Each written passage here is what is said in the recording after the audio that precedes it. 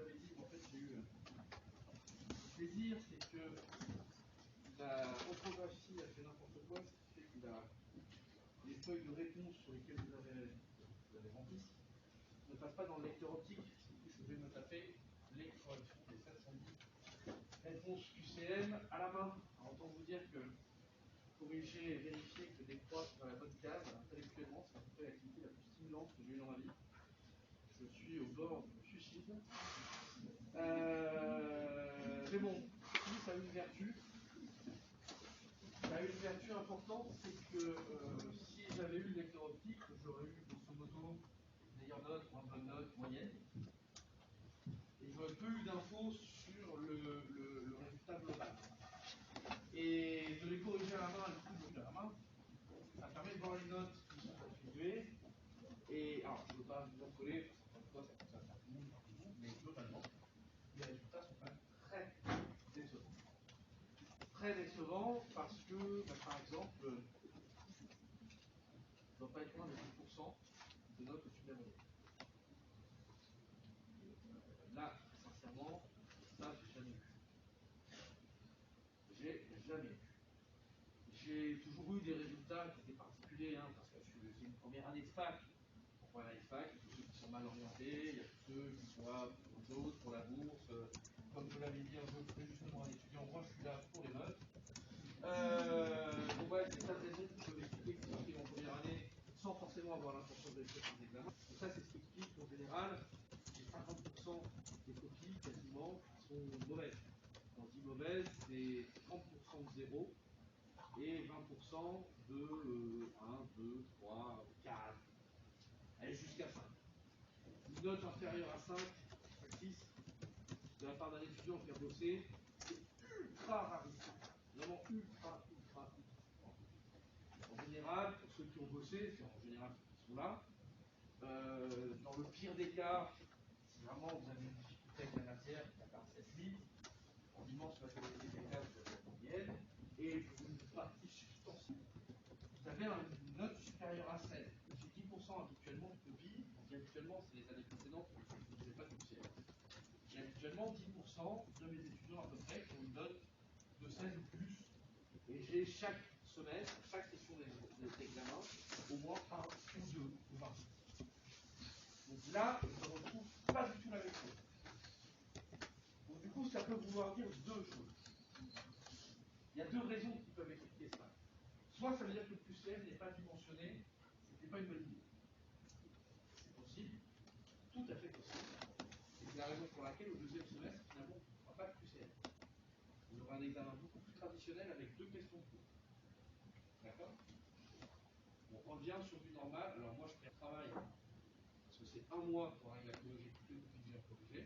Et franchement, je préfère bosser un mois de plus et faire en sorte que vous ayez des notes qui, a priori, soient des notes plus normales. Donc ça, c'est la première option. Ah non, même pas. Même pas.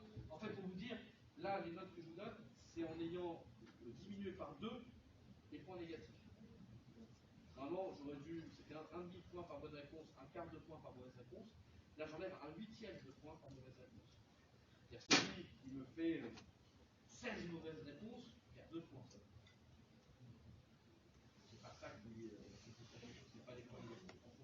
Le problème, c'est que je ne peux pas les retirer maintenant, les points négatifs, parce qu'il y a des tas d'étudiants qui n'ont pas répondu à cette question parce qu'ils avaient un doute. S'il n'y avait pas de points négatifs, ils auraient répondu, ils avaient une chance sur 4 d'avoir un juste. Donc je ne peux pas le faire comme ça. Ce que je vais faire par contre très probablement, c'est que je vais voir le résultat global, et il est possible que j'essaie de modifier la note, de faire une petite courbe, parce qu'en fait, les plus mauvais, ceux qui d'habitude ont 0, là ils arrivent à avoir 2, 3, 4. Et le problème, c'est qu'il y en a qui auraient eu un 10, 11, qui se retrouvent avec un 7, 8.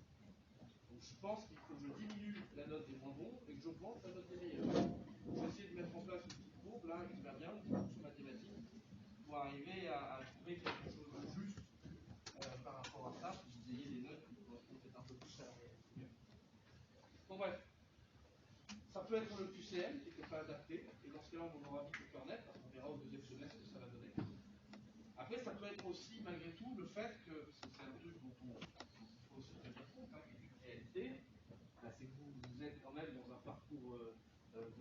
particularité qui est un peu atypique, que vous êtes monopolie en dans la tête, que depuis le milieu de votre première, grosso modo, vous vous trouvez à avoir des cours dans des situations particulières, des examens qui se déroulent dans des situations particulières, et peut-être qu'en fait c'est simplement ça qui fait que vous avez plus de mal à arriver à vous mettre au niveau qui est attendu en université.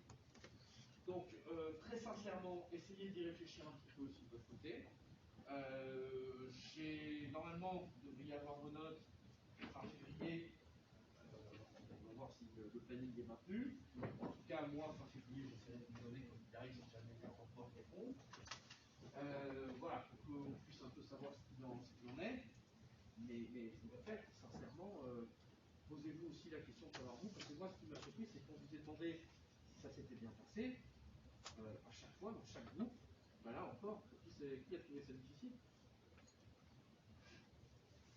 4. Alors, pas ça la stat. Hein.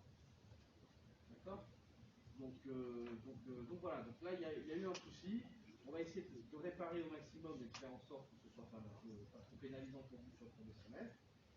Et sur le deuxième semestre, du coup, on revient à un examen normal pour être certain que le problème ne vient pas du QCM. Bon, après, soyez rassurés, encore une fois, hein. Le but, c'est pas. On tiendra compte si vraiment c'est massif, en tout cas, c'est qu'il y a un problème quelque part.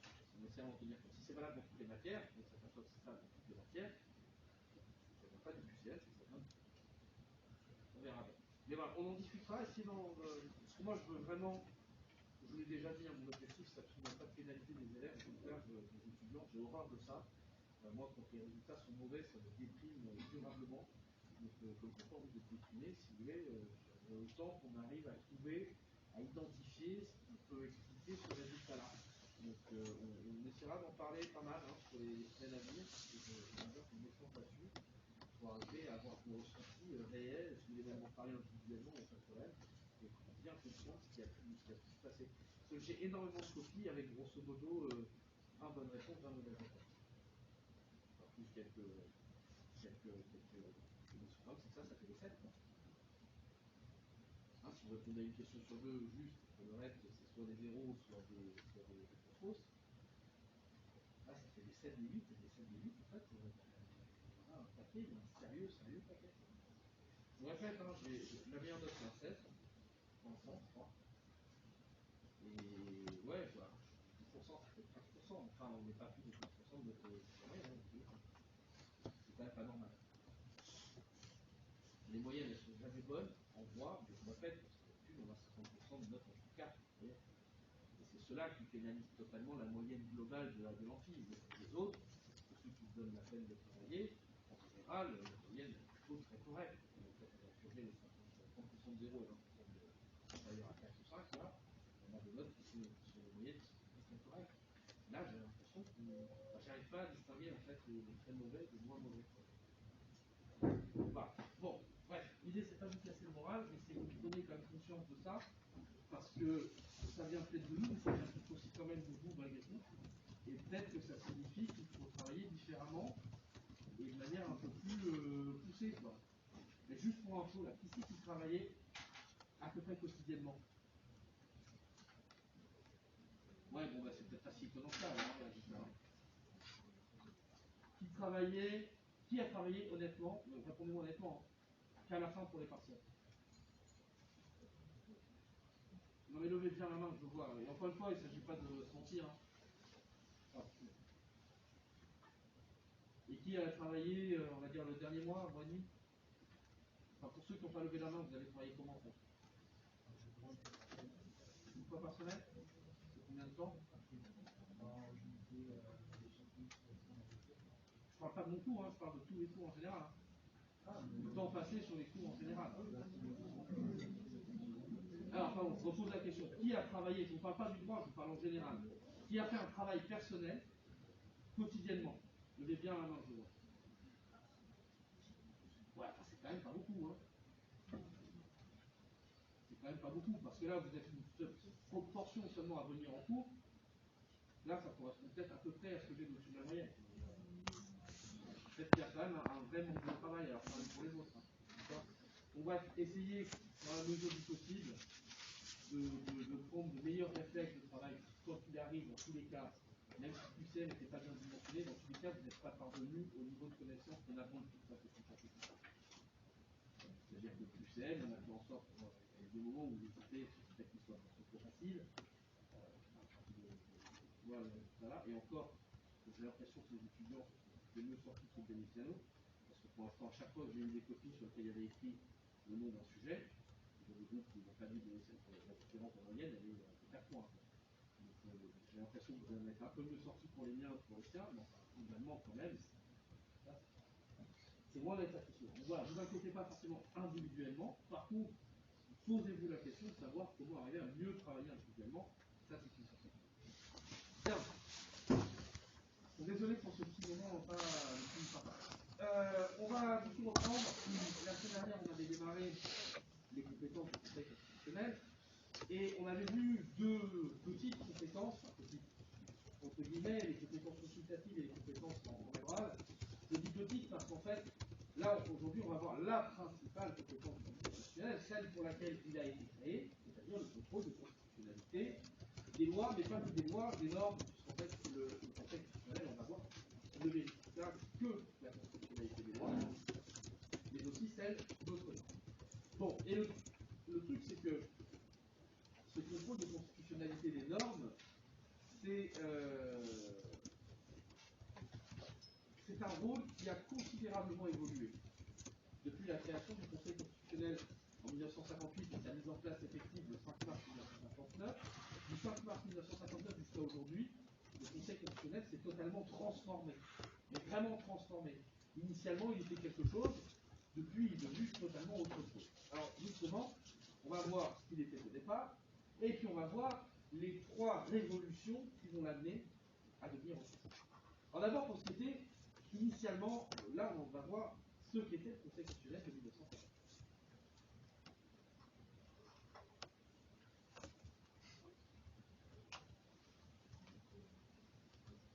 Tel qu'il a été voulu et conçu par De Gaulle. Alors ce Conseil constitutionnel, initialement, il est compétent pour faire un contrôle a priori des normes, et exclusivement a priori. A posteriori, on verra plus tard. Et ce contrôle des normes, il peut prendre deux formes. C'est soit un contrôle obligatoire, soit un contrôle facultatif. Contrôle obligatoire, ça signifie quoi? Ça signifie que quoi qu'il arrive, la norme en question sera soumise au Conseil. Donc là, il n'y a pas besoin d'avoir quelqu'un qui va déclencher un contrôle par rédaction. La rédaction est automatique. D'accord? Il n'y a pas d'initiative qui est prise puisque c'est obligatoire. Alors ce contrôle obligatoire, il existe dans trois catégories de normes. Les lois organiques, et on comprend pourquoi une loi organique, une loi qui vient préciser la Constitution. On imagine mal comment une loi qui vient d'être préciser la Constitution pourrait être contraire à la Constitution. Donc, effectivement, le fait que le contrôle soit systématique, ça semble être un minimum. Donc on a bien un contrôle systématique des lois organiques, très bien. Ensuite, c'est valable également pour les règlements d'assemblée. Forcément, le règlement d'assemblée, le règlement d'une assemblée, c'est le règlement qui explique comment est-ce qu'une des chambres du Parlement va fonctionner.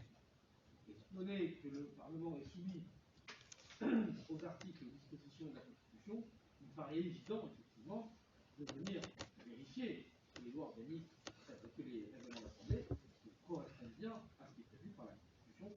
C'est la base. Là encore, contrôle obligatoire. Et après, particularité par rapport aux deux que l'on vient de voir, la troisième norme qui bénéficie d'un contrôle obligatoire, ce sont les lois référendaires issues de l'article 11, alinéa 3, c'est-à-dire le fameux référendum d'initiative partagée. D'accord? Pour les lois référendaires classiques, il n'y a aucun contrôle de constitutionnalité, ce n'est pas facultatif. Là, pour le référendum d'initiative partagée, le contrôle est obligatoire.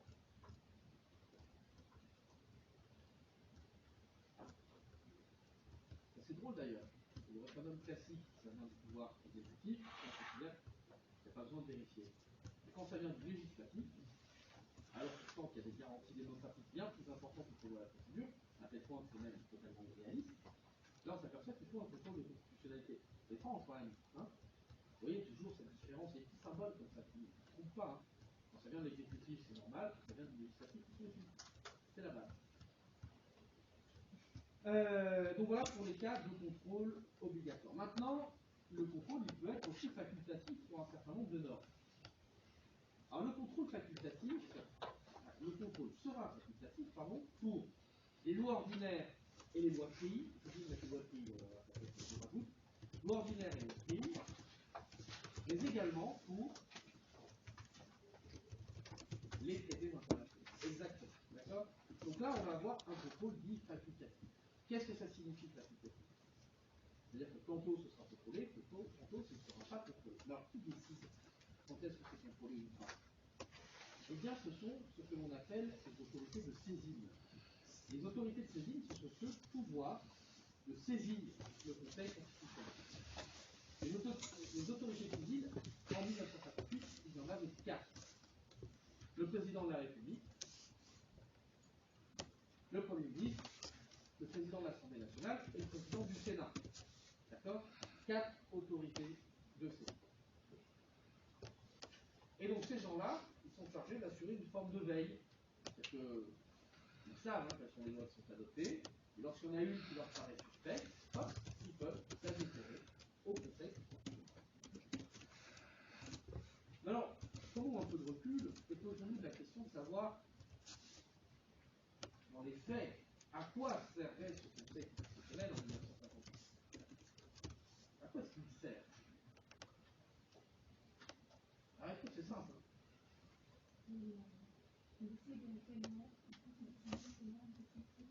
Ouais, mais en 1958, ça donne quoi dans les faits? Il sert à rien. On va être très clair, il ne sert à rien du tout. Pourquoi? Parce qu'en 1958, qu'est-ce qu'on a comme norme à valeur constitutionnelle? On n'a pas encore eu la décision de 71, hein. Donc on n'a pas encore le bloc de constitutionnalité, on n'a pas la DDHC, on n'a pas le préambule de 46, on n'a pas la charte environnementale, on n'a pas les PFRLR. La seule norme à valeur constitutionnelle, c'est la Constitution de 58. Et quand on lit la Constitution de 58, souvenez-vous bien, qu'est-ce qu'on trouve dedans? Tous les aspects sur le fonctionnement du régime, hein, le système institutionnel, on trouve. On trouve également le système normatif. Souvenez-vous, on ne voit rien sur les droits et libertés fondamentaux. Ça veut dire qu'en fait, ce système normatif, on ne va rien faire avec. Il n'y a que les éléments sur le système institutionnel qui vont permettre de faire un contrôle. Donc, grosso modo, ça veut dire quoi? Ça veut dire qu'on va contrôler que le législateur, qui crée des lois, il respecte bien la procédure qui est prévue. En d'autres termes, le contrôle de constitutionnalité, il sert à quoi dans l'esprit de De Gaulle? Souvenez-vous, De Gaulle, il est là pour faire une véritable révolution politique. Jusqu'à maintenant, de manière assez normale, c'était le pouvoir législatif qui dominait en France, la troisième comme sous la quatrième. Et De Gaulle, lui, ce qu'il veut, c'est que ce soit l'exécutif qui domine. Donc il va justement mettre en place un certain nombre de mesures dans la Constitution qui vont permettre de déplacer le curseur au profit de l'exécutif. À quoi sert du coup le Conseil constitutionnel? À faire en sorte que le législatif n'essaie pas de récupérer le curseur. Et c'est pour ça que le Conseil constitutionnel, on l'a qualifié avec des expressions assez peu reluisantes. On l'appelait le chien de garde de l'exécutif. Parce que son boulot, c'était de mordre le législatif à chaque fois que le législatif voulait récupérer son pouvoir. D'accord? On a dit aussi du Conseil constitutionnel que c'était un canon braqué contre le Parlement. C'est une arme anti-parlementaire, le Conseil constitutionnel. On était très loin de cet idéal d'après-guerre de les gars, on a eu les pires horreurs pendant la Seconde Guerre mondiale, on va créer vite fait une justice constitutionnelle pour garantir le respect des droits fondamentaux. On est totalement étranger à ça. Il n'y a pas de droits fondamentaux au Conseil constitutionnel à l'époque. Le seul principe du Conseil constitutionnel, c'est de faire en sorte de conserver le pouvoir à l'exécutif. L'exécutif beaucoup moins reluisant que l'idée. D'accord? Et alors la première révolution, elle va arriver justement avec l'augmentation des normes de référence. C'est qu'en 1971, avec cette fameuse décision liberté d'association que je vous ai longuement commenté au premier semestre, donc je ne vais pas en reparler, je vais vous redonner le contexte. Et c'est cette décision liberté d'association qui va permettre pour la première fois de donner une valeur constitutionnelle à des droits fondamentaux, à des libertés fondamentales.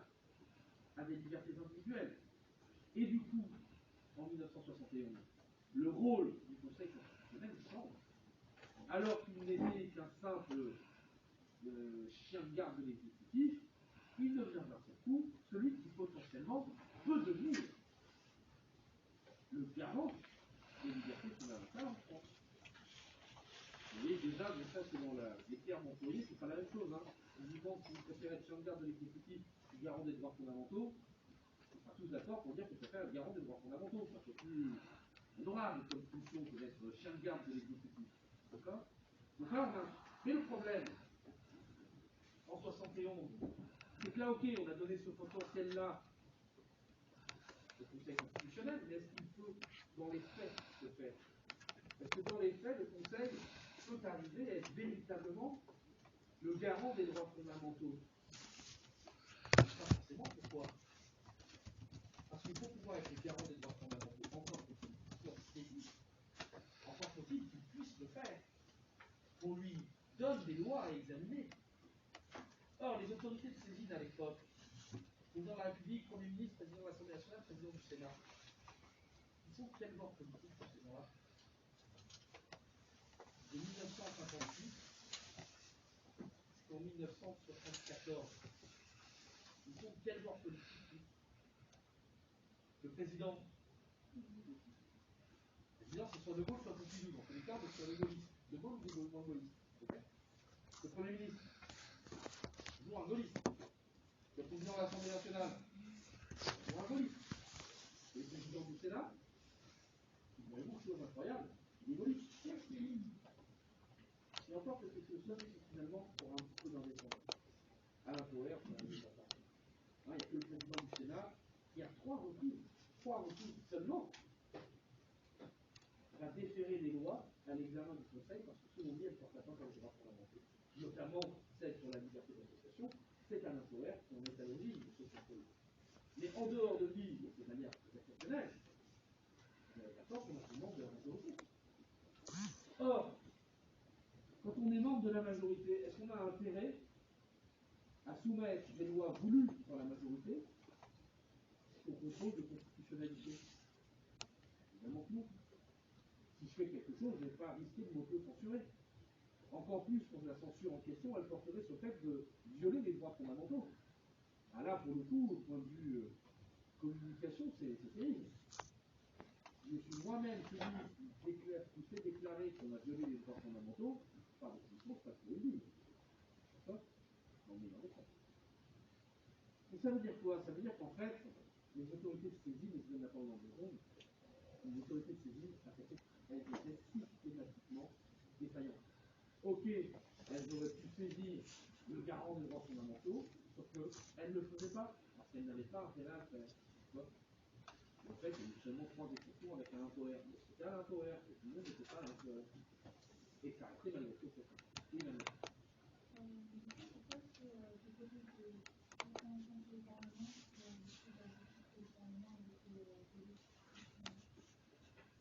Est-ce que vous ne voulez pas que ce soit des parlementaires qui le font? L'autre qui veut se dire que les parlementaires doivent voter. Et c'est comme ça que marche la 5e. C'est l'exécutif qui donne des consignes. Aujourd'hui, vous voyez, le Parlement, on en reparlera longuement à partir de la semaine prochaine. Aujourd'hui, le Parlement n'est presque plus qu'une simple chambre d'enregistrement de la volonté présidentielle. Le président dit, le Parlement dispose. Le Parlement fait ce qu'il veut. C'est rare qu'on ait un petit peu de degré d'indépendance, et même sur un amendement, c'est très très rare. Le président dit ce qu'il veut, le Parlement fait. Ça, c'est là depuis très longtemps. C'est de pire en pire. Hein. C'est là depuis longtemps. Ah, ça, c'est tout le tour du semestre. Je vais y venir. Pas vous traiter maintenant, mais je vais y venir. Je vais vous expliquer pourquoi vous verrez, on verra ça. Mais c'est le point essentiel à comprendre, ce qu'on appelle la logique majoritaire. On va ça la semaine prochaine, la semaine suivante, je pense. C'est ce qui fait justement que les parlementaires vont s'auto-soumettre au président de la République. C'est pas du tout la corruption. C'est pas du tout la corruption, c'est un système qui est pensé pour faire en sorte que vous ce phénomène de punition. Et c'est en très grande partie l'élection présidentielle qui permet. Encore une pas eu cette élection présidentielle, on n'aurait pas eu justement cette soumission des parlementaires vis-à-vis du président. Et là, ça va.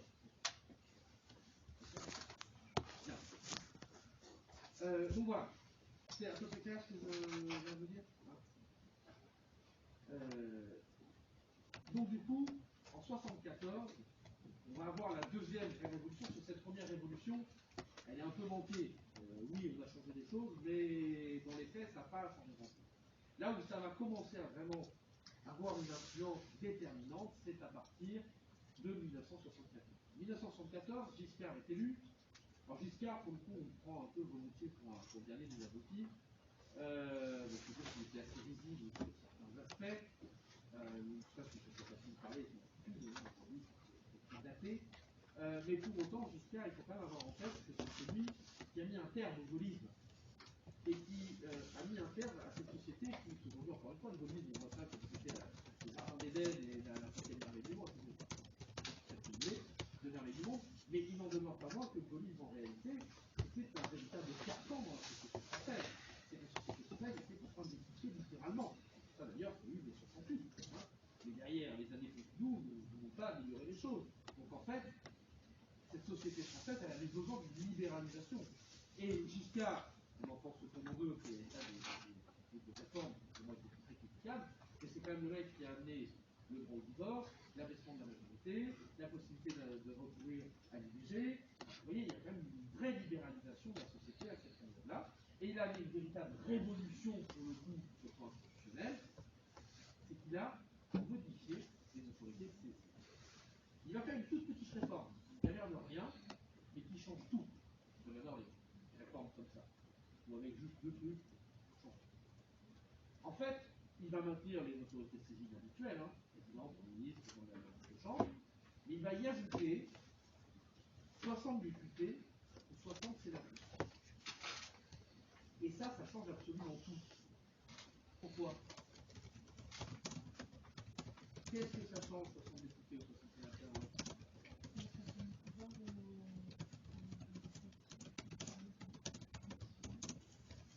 C'est pas entendu, pardon.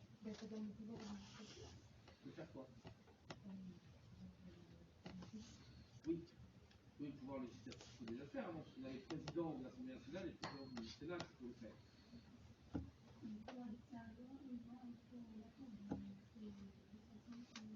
Non, non, c'est pas. Ah, ouais, je crois avoir entendu.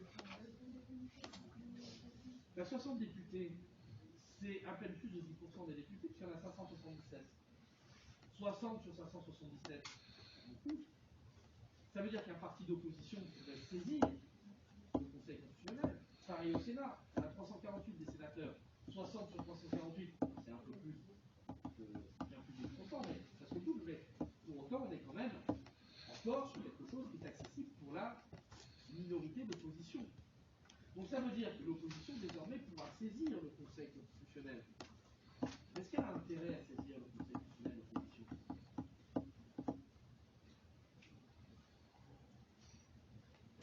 Oui. Elle a tout le temps intérêt à le faire. Pourquoi?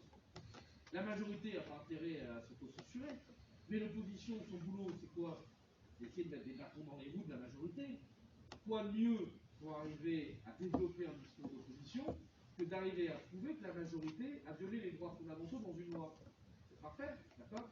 Donc ça veut dire que cette majorité de cette opposition, pardon, elle va faire une véritable veille sur les lois qui sont adoptées pour veiller à ce qu'elles soient bien constitutionnelles. Et dès lors qu'il y aura le moindre doute, vous pouvez être sûr que l'opposition va tenter de déposer un recours devant le Conseil constitutionnel pour vérifier si c'est conforme à la Constitution ou pas. Vous comprenez pourquoi? Et en fait, du coup, c'est qu'à partir de 1974, de manière très claire, que on pourra véritablement parler d'un contrôle a priori qui fonctionne. D'accord? Avant cela, soit ça ne servait à rien parce qu'il n'y avait pas de norme de référence avec des droits fondamentaux, soit les autorités de saisie étaient incompétentes. Là, désormais, on a un garant des droits fondamentaux et en plus de ça, l'opposition qui va vraiment faire son boulot de saisine. Là, ça y est, on a un juge a priori qui marche. Et il faut attendre 74 pour qu'il marche. De 59 à 74, en réalité, ça n'a pas fonctionné. Pendant 15 ans, on a eu un conseil qui a servi à que dalle. D'ailleurs, je vais vous dire, la moyenne, c'est de 4 décisions par an. Quand je vous dis que c'était une maison de retraite dorée, c'est moins qu'on puisse dire. 4 décisions par an, c'est pas le bagne, hein. C'est payé, hein, pour rien foutre. D'accord? Aujourd'hui, c'est plusieurs centaines par an. C'est plus le même rythme. D'accord? Alors justement, donc là déjà, ce contrôle a priori, ça va transformer l'institution, qui va vraiment prendre ses lettres de noblesse, et qui pour le coup va devenir, dans les faits, effectivement le garant des droits fondamentaux. Mais il y a quand même un problème qui est inhérent au modèle européen kelseenien classique dont je vous parlais la semaine dernière. Et je vous ai dit, c'est que ce modèle kelseenien sur le papier il est parfait. Mais dans les faits, dans la pratique, il y a un défaut majeur. C'est que si jamais il y a une loi qui arrive à passer malgré tout, s'il existe une loi constitutionnelle qui est déjà entrée en vigueur, on ne pourra pas revenir dessus. Puisque le contrôle ne se fait qu'a priori. Et je vous ai dit, c'est pour ça que les pays européens, dans leur immense majorité, ont développé un système alternatif, complémentaire. C'est-à-dire qu'en plus du contrôle a priori, ils ont mis en place souvent un contrôle a posteriori.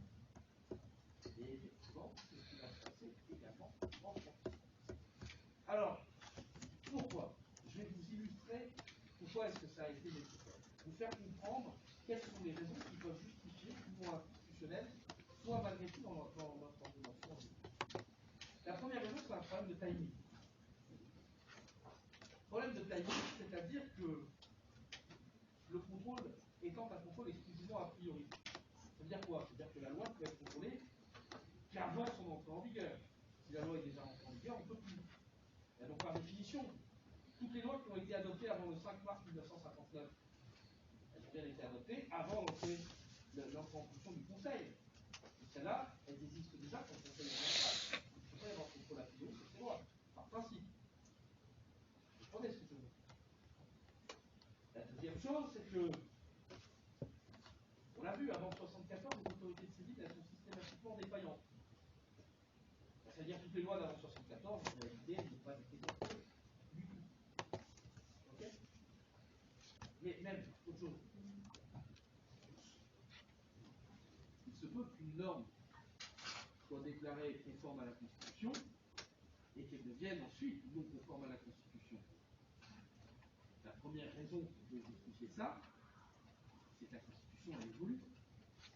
On a eu 24 révisions constitutionnelles.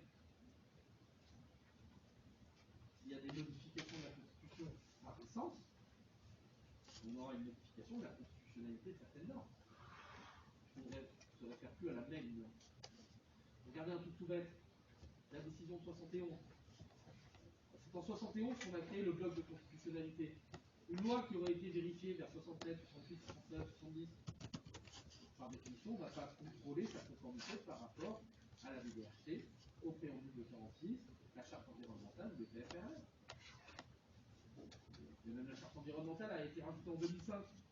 Une loi de 2004 n'aura pas été contrôlée par principe environnemental.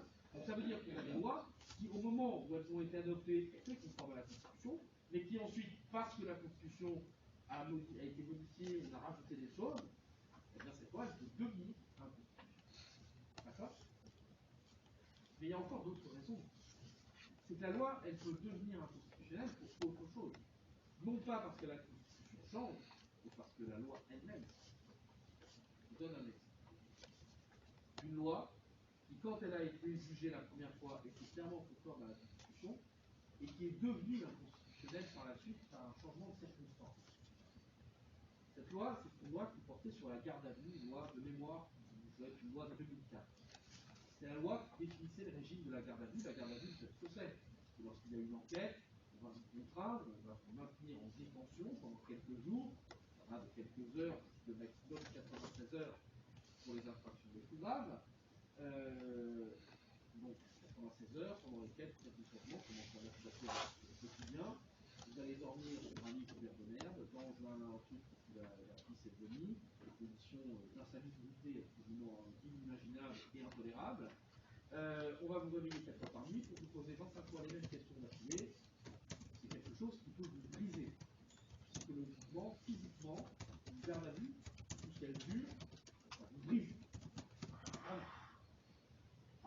vous êtes délinquant, multirémiste, braqueur de vol, accoutumé à cette situation-là. Hein. Quand vous êtes quelqu'un de normal et que vous êtes ce genre de machin, c'est garanti, ça vous détruit. J'ai vu des gens détruits à cause de ça.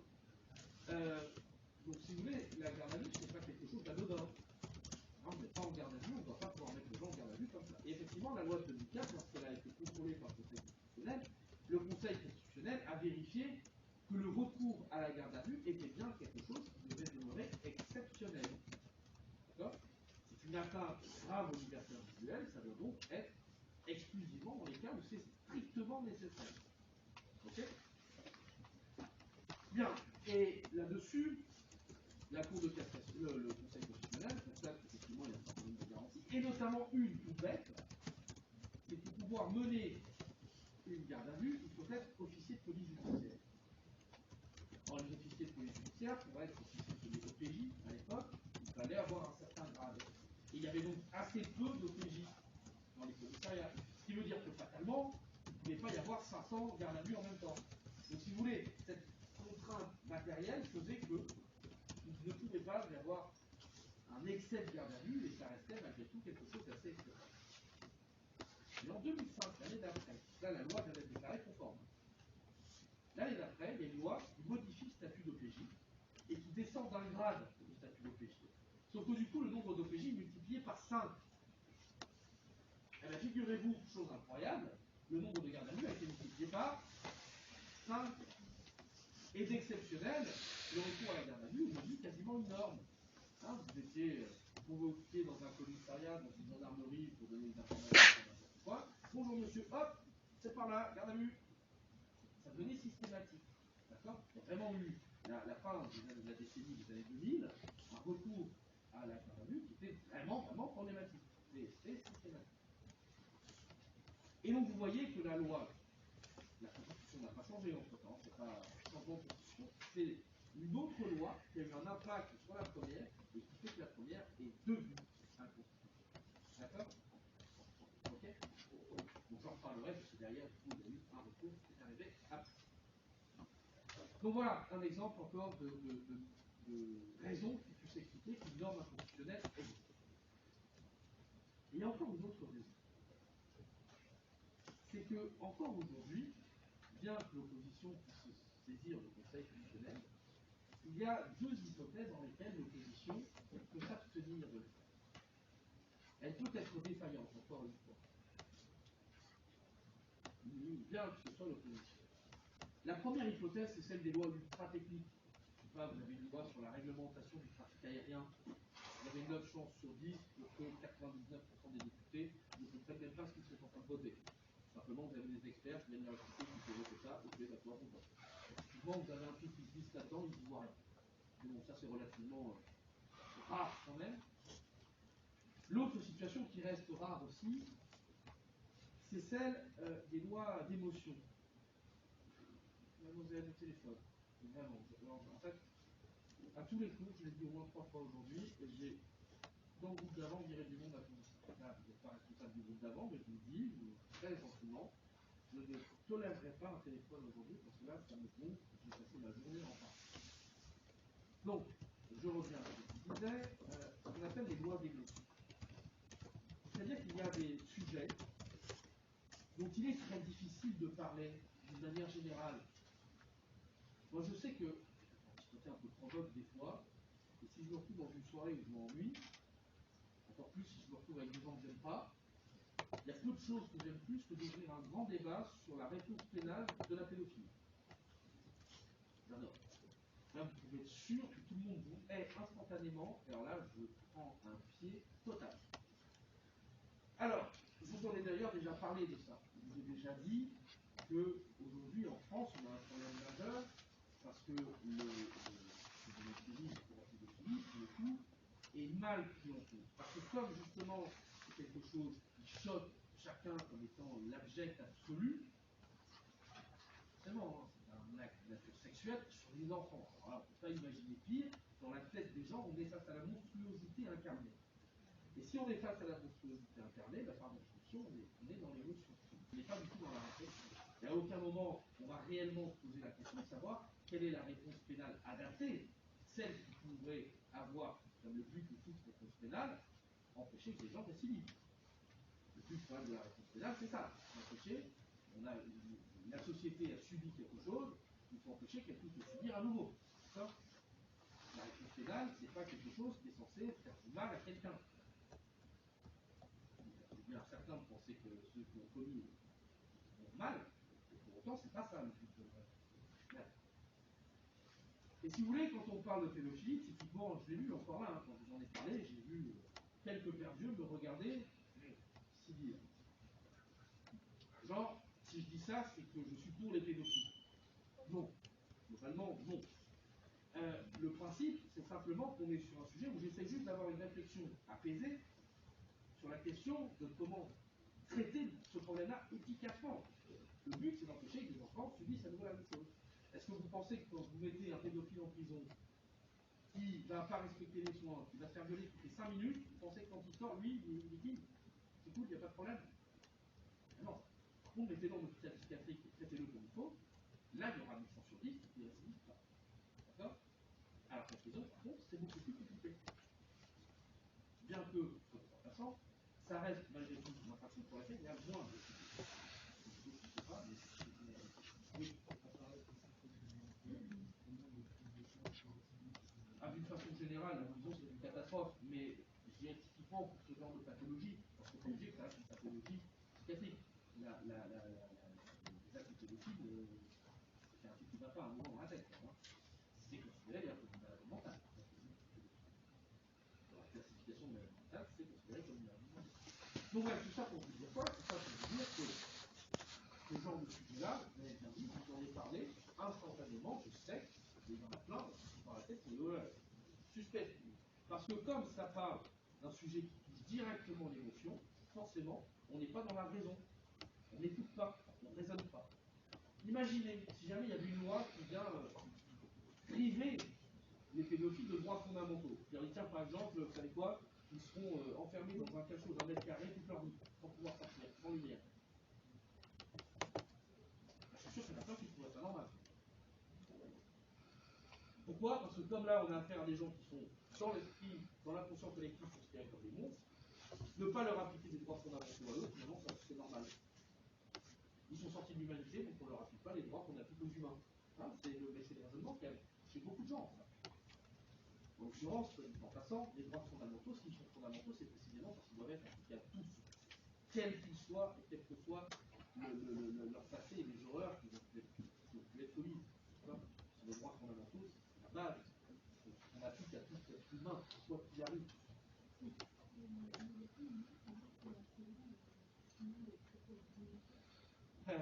Oui. Elle existe. JV1.4 dans notre précaré, on verra si on peut parler d'unité. Oui, mais ça existe. Oui, je suis d'accord, mais ça n'existe pas. L'unité n'existe pas. On peut démontrer autre chose. D'ailleurs, on est régulièrement condamné pour ça. Mais bon, bref, c'est pas le sujet. Ce que je veux vous dire simplement, c'est imaginez, s'il y a une loi justement qui vient priver des pédophiles de tous leurs droits, si moi je suis député et que je m'oppose à cette loi en la déférant au Conseil constitutionnel, et si j'ai gain de cause, la loi est annulée, il va se passer quoi dans la tête des gens? Vous pensez quoi de moi? Que je défends les pédophiles. Exactement. Que je défends les pédophiles. Pourquoi? Parce qu'on est dans un sujet d'émotion. D'accord? On ne raisonne pas, on est dans le raisonnement simpliste, dans l'affect direct. Alors il y a un autre, là pour le coup, ça, heureusement il n'y a pas d'exemple, j'ai fait ça simplement pour comprendre le sujet d'émotion. Mais un autre exemple, lui par contre, avec des vrais exemples, des vrais ratés là. Il y a un autre domaine dans lequel, typiquement, le cerveau des gens s'efface. Quand on parle pas de pédophilie, de choses, là pareil, vous pouvez faire des super soirées avec ça. Voilà, terrorisme. Une bonne conversation terrorisme, je vais vous dire, j'ai failli ne plus parler à personne après les attentats du Bataclan. Alors, je ne suis pas vraiment soutien du terrorisme, hein, si vous voulez loin là. Hein. Simplement, je suis un peu inquiet en ce moment, j'ai peur qu'on touche à nos droits fondamentaux. Ça me fait un peu peur. Ouais, machin, et tout. Parce que j'étais pas dans le. Voilà, alors, je vais vous donner une histoire qui est hallucinante.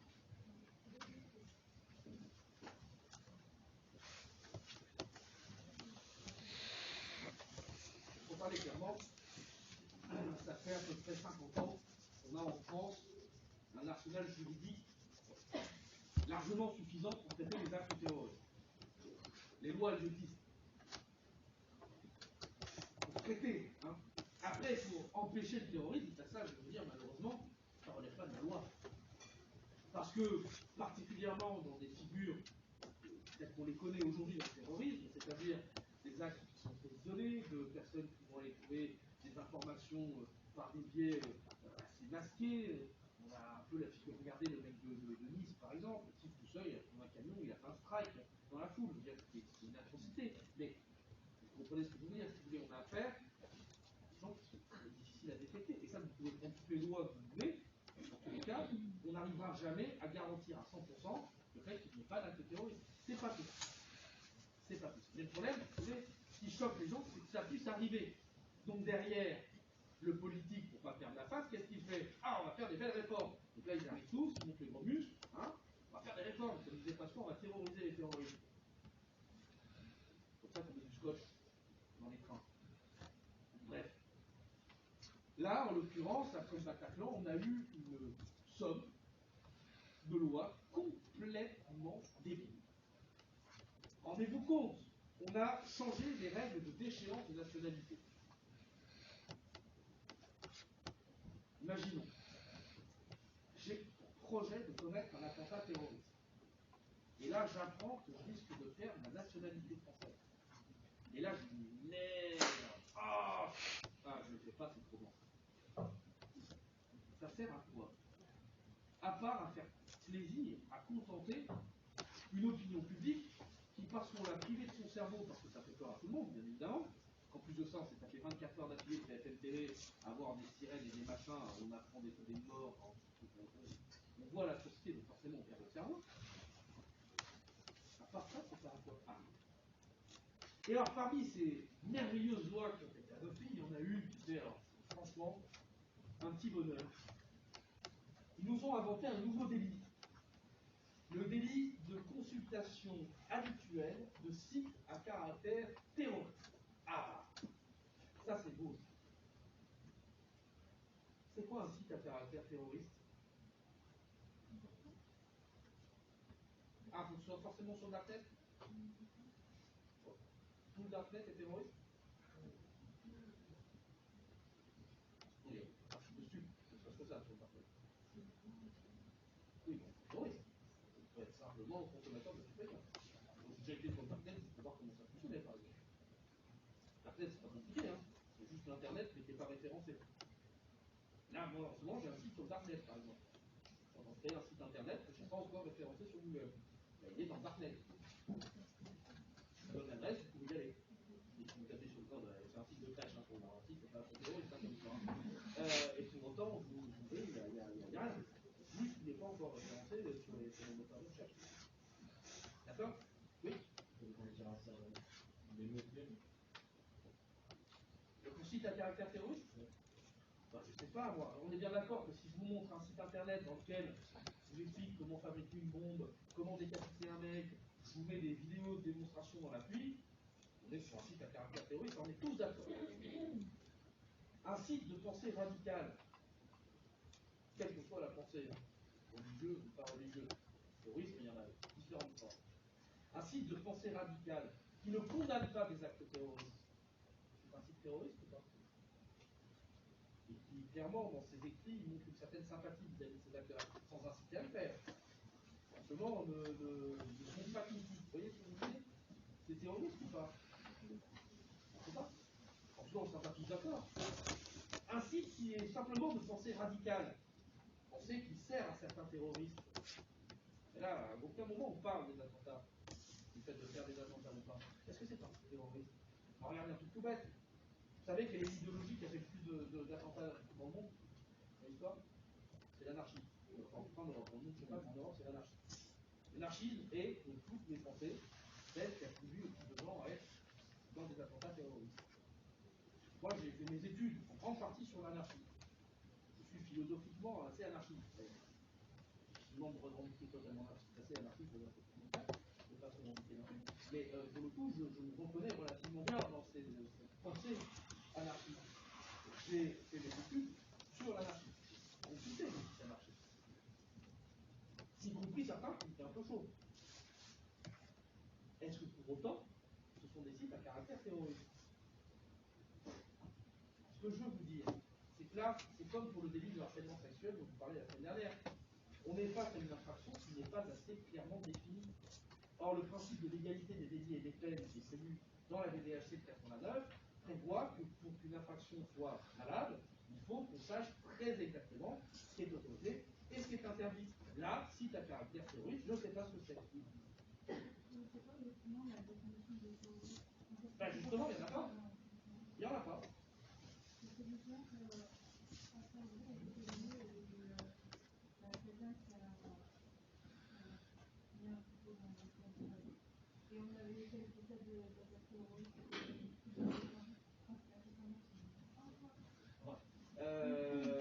savez quelle partie? Oui, c'est la. Oui, ça dépend. C'est difficile. Alors, au-delà de ça, il y avait, pour le coup, il y a eu, il y a des années, des mecs qui sabotaient les cathéters de TGV. Et du coup, on a reproché à un certain Julien Poupa de faire ça. Le mec, entre parenthèses, s'est quand même tapé dans les premières années de prison, il y a 17 extrêmement, et pour le coup, ça a été considéré d'acte terroriste. C'est juste saboter un TGV. Il ne s'agissait à aucun moment de faire en sorte que le TGV déraille, ou quoi que ce soit. Donc, l'acte terrorisme, à la base, c'est quand même censé reposer sur la terreur. Et là, c'était des gens qui juste voulaient, des anarchistes pour le coup, qui voulaient effectivement essayer de mettre des dysfonctionnements dans l'État, certainement pas de terroriser quoi que ce soit. D'accord? Ils ont été considérés comme terroristes. Donc c'est pour ça que je dis terrorisme, c'est un mot qui ne veut rien dire, c'est un mot valise. On parle aussi qu'à caractère terroriste, je ne sais pas ce que c'est. Mais d'ailleurs, quand on parle de consultation habituelle, c'est quoi une consultation habituelle? Tous les jours, tous les semaines, tous les mois, tous les ans, tous les 5 ans, tous les 10 ans, 2 fois. Allez, c'est la porte ouverte. Je vous en ai la place. Vous voyez ce que je veux dire, c'est qu'en fait, ça, on ne sait pas ce que c'est. On ne sait pas ce que c'est, et du coup, c'est évident, pour quiconque a fait un petit peu de droit constitutionnel, cette loi-là, elle était contraire à la Constitution. Et alors là, derrière, il s'est passé quelque chose d'absolument, et je mesure le mot que vous utilisez, hallucinant. C'est pas un hallucinant du langage du quotidien, c'est hallucinant, c'est passé un truc à peine anormal. Là, c'est vraiment, j'ai cru que j'hallucinais, au sens littéral du terme, quand j'ai entendu ça. Manuel Valls, le Premier ministre en exercice, je ne portais pas particulièrement dans mon cœur, mais alors depuis ce jour-là, je le vomis par à peu près tous les pans de ma peau. Manuel Valls, Premier ministre, va devant l'Assemblée nationale pour présenter ce fameux package de lois complètement débiles. Et là, il a un propos qui est plus que fou. Si vous voulez, là, il franchit une étape qui, selon moi, fait que le mec vient de sortir définitivement de l'idée même démocratique. Il va devant l'Assemblée nationale en disant aux parlementaires que oui, les lois qui étaient proposées étaient en partie inconstitutionnelles et qu'il était de la responsabilité de chaque parlementaire de ne pas saisir le Conseil constitutionnel pour permettre malgré tout l'adoption de ces lois pour pouvoir lutter contre le terrorisme. Wow. On a un Premier ministre d'exercice qui nous dit qu'il faut violer la Constitution, violer les droits fondamentaux, ces droits justement qui sont censés s'appliquer à tout le monde et qui ne peuvent en aucun cas être vus comme un frein. Si on commence à voir les libertés individuelles et les droits fondamentaux comme des freins, c'est qu'on sort de la démocratie. On accepte l'idée même du fascisme. Tous les fascistes se sont construits comme ça. On a défini un ennemi, on a levé les libertés individuelles, on a levé les droits fondamentaux et on a construit un régime fasciste. Ils se sont tous construits comme ça. Donc, quand on a un Manuel Valls, ça, fils de républicain espagnol, oh, lui il a vécu le fascisme, qui arrive, qui vous sort une énormité pareille, et le plus fou, personne n'en a parlé. Moi je l'ai entendu, ça a été l'objet d'un titre qui a duré 10 secondes à la radio. Il y a quelques journaux de la presse écrite qui en ont parlé. À la télé, rien. Dans les plus pas. Vous vous rendez compte la gravité du propos? Un mec comme ça, vous devez normalement le conduire devant le Conseil la Cour de justice de la République et terminer. Il n'a plus à être ministre. Enfin, c'est une cause de révocation immédiate, normalement, faire un truc pareil. Non seulement c'est passé, mais en plus ça, on n'en a pas parlé, ni Bref, du coup, la fameuse loi à la con, elle est passée. Donc ça vous montre bien tout ça, qu'effectivement, il y a des tas de lois qui sont inconstitutionnelles et qui peuvent passer dans leur majorité. Et heureusement qu'en 2008, et c'est la fameuse troisième révolution dont je vous parle tout de suite, heureusement qu'en 2008, on a instauré cette nouvelle procédure, la QPC, qui permet un contrôle a posteriori pour pouvoir annuler ces lois. C'est comme ça que la loi sur la garde à vue va être annulée, c'est comme ça que la loi sur le harcèlement sexuel va être abrogée, et c'est comme ça aussi que cette fameuse loi sur la consultation habituelle du site à caractère terroriste va être également abrogée. Vous savez, plus beau, une fois qu'elle a été abrogée, ce qui s'est passé? Le Parlement l'a à nouveau annulée, quasiment la même. Il a fallu une deuxième QPC pour l'annuler à nouveau. Et ça sert à quoi? Franchement, ça sert à quoi en plus? À rien. Ah, c'est un truc débile. Honnêtement, c'est désespérant. Un truc comme ça, c'est désespérant. Ça sert même pas à leur rassurer. Ça sert, en fait, ça sert à nous faire peur. Si on est obligé de faire des trucs comme ça, c'est parce que ça arrive. Pareil, on en parle. Et malgré tout, enfin, c'est malgré tout un phénomène qui est heureusement limité. Comparé à la taille de la France, au nombre de personnes qui peuvent avoir en France, ça reste tout. Pourquoi? Heureusement. Un phénomène qui fait peur, parce qu'on en parle beaucoup, mais qui reste. Bien, c'est clair tout ça? Ouais. Donc du coup, effectivement, en 2008, la France c'était loin d'être une pionnière. Il y a plein d'États européens qui ont fait avant. Ça a commencé dans les années 90 à peu près. Et d'ailleurs, en France, ce qui est marrant, c'est que dans les années 90, la droite avait proposé l'équivalent de la QPC, la gauche avait refusé. En 97, la gauche avait proposé l'équivalent de la QPC, la droite avait refusé. Et en 2008, la droite l'a fait, et c'est quoi la gauche a fini par accepter. Bon bref, c'est la grande révision constitutionnelle du 23 juillet 2008, dont je vous ai parlé milliards de fois, avec Sarkozy. Je suis souvent très critique sur Sarkozy et sur sa révision constitutionnelle de 2008. Je vous avais donné quelques exemples, que ce soit le référendum d'initiative partagée, qui est la pure politisation politique qui ne sert à rien, que ce soit là encore avec le droit de veto à la majorité des 3/5 pour les membres, pour la désignation des membres nommés au Conseil constitutionnel. Là encore, c'est la communication politique, ça ne sert à rien du tout. Bref, très critique dans cette révision constitutionnelle. Il y a 55 articles qui ont été modifiés. Sur les 55, je pense qu'il y en a 53 où c'est parfaitement inutile. Par contre, là où c'est utile, et vraiment, heureusement, ça a été mis en place, et pour le coup, si vous Sarkozy, en fait, 2-3 insultes, parce qu'on a tout mis sur le front, il faut dire merci pour ça, c'est la QPC. La QPC, pour le coup, c'est une réforme qui était absolument nécessaire. Nécessaire. On va comprendre. D'abord, petite historique et comment ça fonctionne. Petite historique, donc 23 juillet 2008, on crée la 61-1 qui en 2 lignes et demie prévoit la possibilité d'un contrôle a posteriori. Ensuite, le 10 décembre 2009, on a la loi organique qui détaille le fonctionnement de la procédure. Et enfin, 1er mars 2010, mise en place effective de la procédure. Cette première décision date de mars 2010. Alors, comment ça a fonctionné? Comment ça fonctionne? La QPC, c'est une procédure qui est longue, technique, mais malgré tout, je vais vous le traiter quand même de manière claire.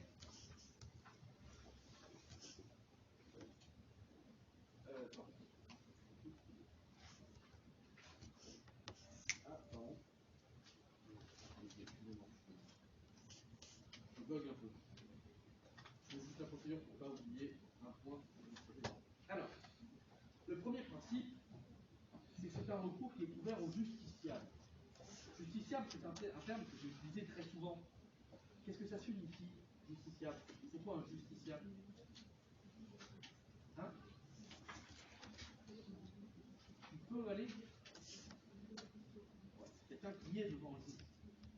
Un justiciable, c'est quelqu'un qui est dans le cadre d'une procédure judiciaire devant un tribunal quelconque. D'accord? Alors pas tout à fait quelconque, parce qu'il y a un tribunal que l'on va exclure, quand on est justiciable devant un juge ordinaire, ça exclut le tribunal des comptes, mais c'est tout. D'accord? En dehors de ça, ce soit un juge de l'ordre administratif ou un juge de l'ordre judiciaire, tous les cas, c'est faisable. La QPC, elle peut être déposée à tout moment de la procédure. Pas un justiciable, mais à tout moment de la procédure. C'est-à-dire que ce soit en première instance, en appel, en cassation, d'accord? Quel que soit le moment, il peut décider de déposer une QPC. Oui. Ouais. Le juge ne peut pas soulever d'office une QPC. D'accord? Très important. Alors quand je vous dis à tout moment, ceci étant dit, il y a une exception en matière criminelle. Quand on est jugé pour un crime, on est jugé devant quelle juridiction? La cour d'assises. Et quelle est la particularité de la cour d'assises par rapport à toutes les autres juridictions françaises? Il y a des jurés, il y a un jury populaire, effectivement. Alors le problème, si vous voulez, imaginez, on doit une cour d'assises, on donne un jury, hein, on a ce jury qui siège en cour d'assises, là on commence le procès en cour d'assises, et là moi je dis, attendez, je vais poser une QPC, je vote dans 6 mois. Déjà d'un point de vue organisationnel, ce n'est pas super pratique pour les jurés. Et en plus de ça, 6 mois, ça laisse de temps si jamais la personne qui est jugée est dangereux et influent, on pourrait très bien imaginer que cette personne-là pourrait, pendant ces 6 mois, essayer d'identifier les jurés. Ça arrive, hein, quand vous jugez notamment dans le grand banditisme, il arrive assez fréquemment que les membres des équipes, des personnes qui sont jugées, essayent de faire pression sur les jurés. Il y a même d'ailleurs des mécanismes de protection, où les faits tels, etc., etc., pour pas qu'ils puissent avoir de risques d'influence sur les familles, etc., etc. Donc bref, on essaye de les protéger. Si on peut les protéger pendant 1 semaine, 2 semaines, 3 semaines, pendant 6 mois, c'est déjà plus la même histoire. Surtout si entre-temps, ils retournent chez eux, qu'ils vont bosser, etc., etc. Donc, hein, vous mettez quelqu'un qui vous suit, c'est facile de les trouver. Donc, effectivement, en matière criminelle, on pourra faire une QPC que pendant la période d'instruction et au moment des appels, par des recours qui sont formés, bien évidemment, au moment de la réflexion. D'accord? C'est la seule exception. Bien.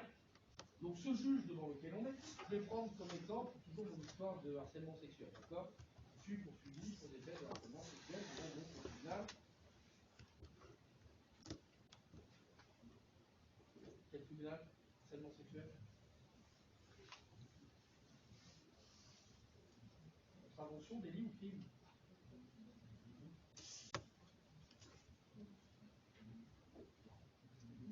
On ne risque pas plus de 10 ans de prison pour du harcèlement sexuel. Ça serait lourd, le harcèlement sexuel. C'est terrible, hein, le harcèlement sexuel. 10 ans de prison, quand même, il faut laisser mesurer. Non, non, effectivement, c'est un délit pour mesurer une peine de prison, et certainement pas une peine de prison en dépassant les 10 ans. Hein, c'est bien, je ne connais pas d'ailleurs hein, le montant maximal de la peine pour la peine individuelle, mais dans tous les cas, loin des 10 ans. Bien, donc effectivement, je suis poursuivi devant le tribunal correctionnel. Donc, le tribunal correctionnel devant lequel je suis, est-ce qu'il est compétent pour trancher ma QPC? Est-ce qu'il est compétent pour dire si la loi est conforme à la Constitution? Non, ça c'est un principe de base. Donc effectivement, il va falloir, in fine, que le Conseil constitutionnel soit saisi. Donc on va avoir du coup un double filtrage, opéré par le premier juge, celui devant lequel je suis, et ensuite éventuellement par le juge supérieur de l'ordre. D'accord? Je m'explique. Le premier juge, là, le tribunal correctionnel, il va vérifier le respect de 5 conditions. D'abord, est-ce que la disposition est applicable au juge? Ça c'est le premier point. C'est tout bête, il ne s'agirait pas, on profite d'un procès pour harcèlement sexuel pour demander l'annulation d'une loi sur le divorce. D'accord? Rien à voir. Je ne peux contester une loi que si elle m'est appliquée. Deuxième chose, cette disposition-là, elle doit porter atteinte à un droit constitutionnellement garanti.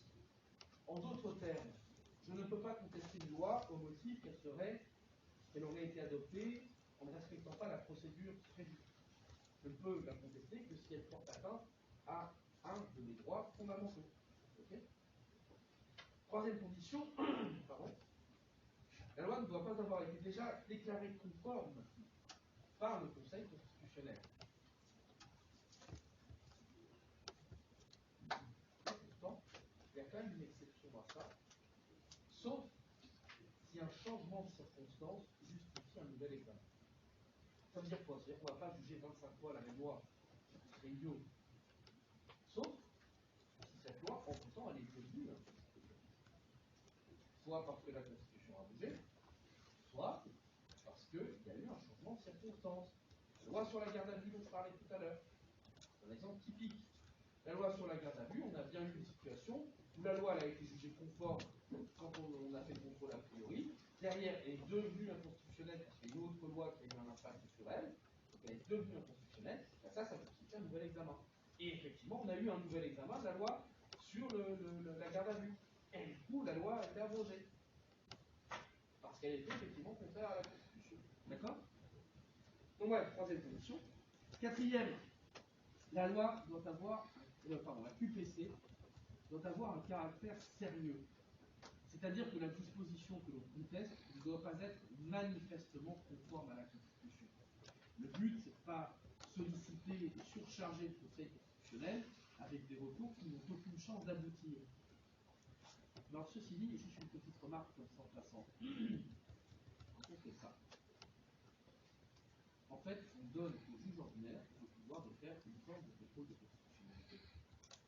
Parce qu'il est là, surtout pour juger si c'est manifestement compatible. Et quand on dit que c'est manifestement compatible, imaginons qu'on dit non, c'est pas sérieux, parce que là, clairement, c'est conforme à la Constitution. Ben, la tribunal correctionnel vient faire un contrôle de constitutionnalité. Alors, il est peut-être évident, il n'est peut-être pas contestable, il est peut-être tout ce qu'on veut, mais c'est quand même un contrôle de constitutionnalité. Même si effectivement, à la fin, c'est quand même censé être le Conseil constitutionnel qui tranche, donc on peut continuer à dire que la QPC, c'est un contrôle concentré. Mais il n'en demeure pas moins qu'en faisant ce petit filtrage sur le caractère sérieux, on a une petite forme de diffusion du contrôle de constitutionnalité. Vous comprenez ce que je veux dire? C'est clair? Et enfin, la dernière condition, c'est qu'on ne peut contester que certains types de normes. D'abord, les lois ordinaires, les lois de pays, évidemment, les ordonnances de l'article 38, parce que vous savez, l'ordonnance, souvenez-vous, c'est cet acte qui est fait par le gouvernement et qui ensuite est ratifié par le Parlement. Or, ce que pourra faire, il ne pourra pas directement contrôler l'ordonnance, il pourra contrôler la loi de ratification. Et pour savoir si la loi de ratification est conforme à la Constitution, il faut vérifier si l'ordonnance elle-même est conforme à la Constitution. Et si elle n'est pas, il va annuler l'ordonnance, mais la loi de ratification. Ce qui aura l'effet de supprimer. D'accord? Donc il peut effectivement, je sais ce que je veux dire, parce que ce n'est pas prévu dans les lois. Par contre, il est prévu qu'il puisse contrôler les lois. Donc en contrôlant toutes les lois, parmi les lois, il y a les lois de ratification. D'accord? Donc c'est ce qu'on appelle un contrôle par capillarité. En fait, on contrôle l'acte qui en découle, qui permet de remonter à l'acte intérieur. Et tenez-vous bien, c'est enfin arrivé, ça y est. On a en 2008, dans la loi de 2009, on va dire, dans la loi organique de 2009, ajouté la possibilité de faire une QPC sur une décision de l'article 16. Enfin, on va pouvoir faire quelque chose qui est fait avec l'article 16. C'est la première limite au pouvoir de l'article 16. D'accord? Et enfin, dernière norme qui pourrait être contrôlée, ce sont les lois organiques qui ont été adoptées avant le 5 mars 1959. Pourquoi il y a cette date du 5 mars 1959? Parce que les lois organiques, elles font l'objet d'un contrôle obligatoire systématique. Mais encore fallait-il que quand elles ont été adoptées, le Conseil constitutionnel existe déjà. Donc on ne peut pas faire de contrôle a priori. Et en l'occurrence, justement, ça a été mis en place au 5 mars, donc toutes les lois organiques antérieures au 5 mars n'ont pas pu être contrôlées. Donc celles-là, elles pourront faire l'objet d'une QPC. Donc, a priori. Je dis a priori, mais déjà là, je vais fumer le cerveau, je ne vais pas rentrer dans pourquoi je dis a priori. Bien, alors que se passe-t-il? Donc le juge, je vous répète, le premier juge devant lequel je suis, dans le cadre de mon litige ordinaire, va contrôler le respect de ces 5 conditions. Il doit le faire tout de suite. Dès qu'on dépose la QPC, il le fait à bref délai. On verra ce qu'on peut dire. Si jamais il considère qu'il manque une des 5 conditions, il va rejeter votre QPC et il continue votre procès normalement. D'accord? Si en revanche, le juge considère que les 5 conditions sont bien réunies, alors le juge va surseoir un statut soi, qui va être un peu d'ailleurs sur soi, S-E-O-I-R, un autre verbe avec un qui finit par S-E-O-I-R, s'asseoir. Asseoir, sur soi, ça vient d'une racine d'un terme qui s'appelle le séant. C'est quoi le séant? Avec ceux qui ont lu Rabelais. Quelqu'un a lu Rabelais? C'est jouissif, Rabelais. Alors, comme ça y est, en plus, c'est jouissif, Rabelais. Lisez Rabelais. C'est un langage absolument extraordinaire. J'ai tellement aimé ça que je me suis même tapé en vieux français derrière. J'adore. Je me régale. Le vieux français, c'est trop beau. Non, mais sérieux, je dis, Rabelais, c'est magnifique. C'est la base de la culture. Alors, l'océan? Non? Personne? Les fesses? Quand je suis assis, je suis sur mon séant. Quand je sursois, je lève mon séant. Donc quand le juge sursoit un statut, c'est-à-dire quoi? Il laisse les fesses et il se barre. Il interrompt le cours du procès. D'accord? Donc sursoir un statut, ça veut dire interrompre le cours du procès. Pourquoi? Parce que le procès, il doit être tenu sur une loi, sur une norme. Si on a un doute sur la validité de cette norme, on fait quoi? On attend avant d'appliquer la norme. D'accord? Donc on sursoit un statut, on interrompt le cours du procès. Derrière, on envoie la question à qui? C'est là où il y a un double filtrage. On ne va pas l'envoyer tout de suite au Conseil constitutionnel, on va l'envoyer d'abord à la juridiction supérieure de l'ordre concerné. Si je suis devant un juge de l'ordre judiciaire, je vais l'envoyer devant la sommet judiciaire, la Cour de cassation. Ça veut dire que je pose des questions sémantiques. Je désespère un peu pour apprendre les réponses. On va aller devant la Cour de cassation. Si en revanche je suis devant un juge du tribunal administratif, je vais aller devant le. Ouais, si, il y en a un qui l'a dit. Une, trois. Conseil. Non, allez-y, j'ai envie de pleurer là. Conseil d'État. Il y a quelqu'un qui l'a dit. Là, il y a dame. Hein. Mademoiselle. Vous l'avez dit, non? Ouais.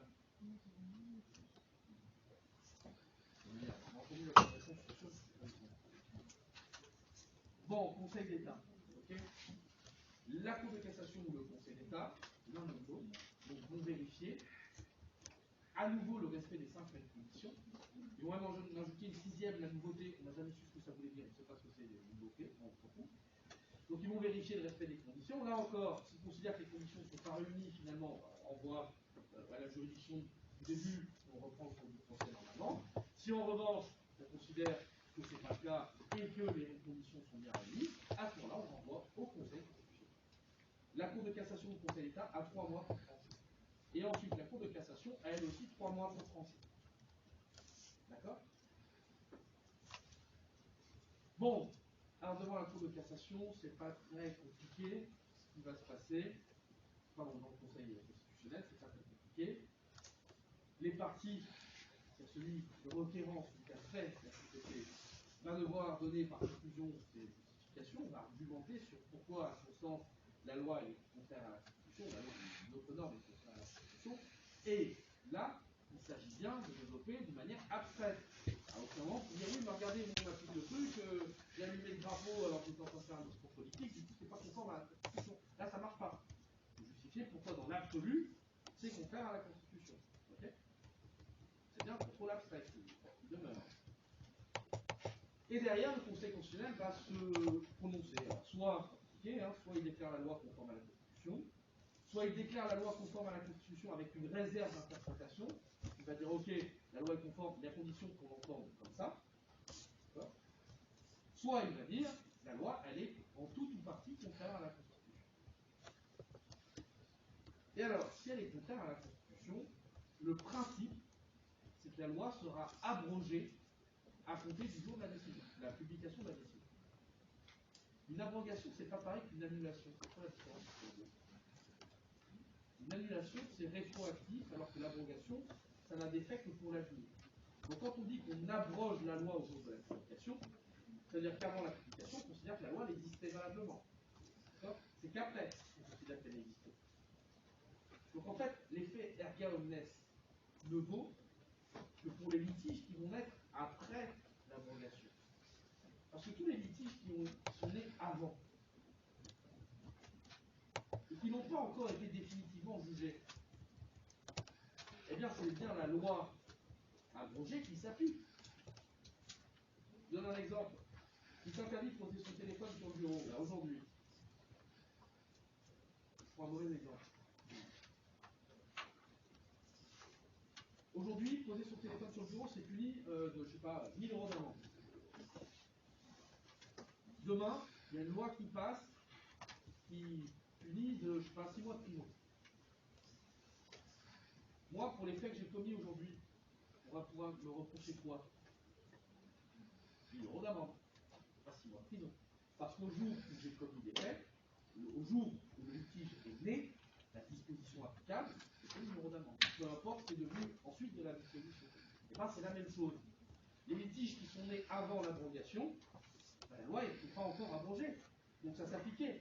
Donc ça veut dire que pour toutes les personnes qui étaient dans le cadre d'un procès sur le fondement de la loi qui a été abrogée, on va continuer à leur appliquer. La seule exception, c'est celui qui a fait la QPC. Je donne un exemple pour vous donner. Là, les trois, vous avez déjà été condamnés définitivement pour harcèlement sexuel. Je prends l'exemple du harcèlement sexuel, parce que c'est ce que j'ai dit tout à l'heure. Désolé. Vous avez été condamnés tous les trois pour harcèlement sexuel, d'accord? Nous, là, tous, on est en cours de jugement. C'est-à-dire que les faits ont déjà été commis, d'accord? On nous reproche un truc, mais on n'a pas encore été définitivement jugé. Et ceux là-bas, là, vous allez commettre les mêmes faits, mais demain. D'accord?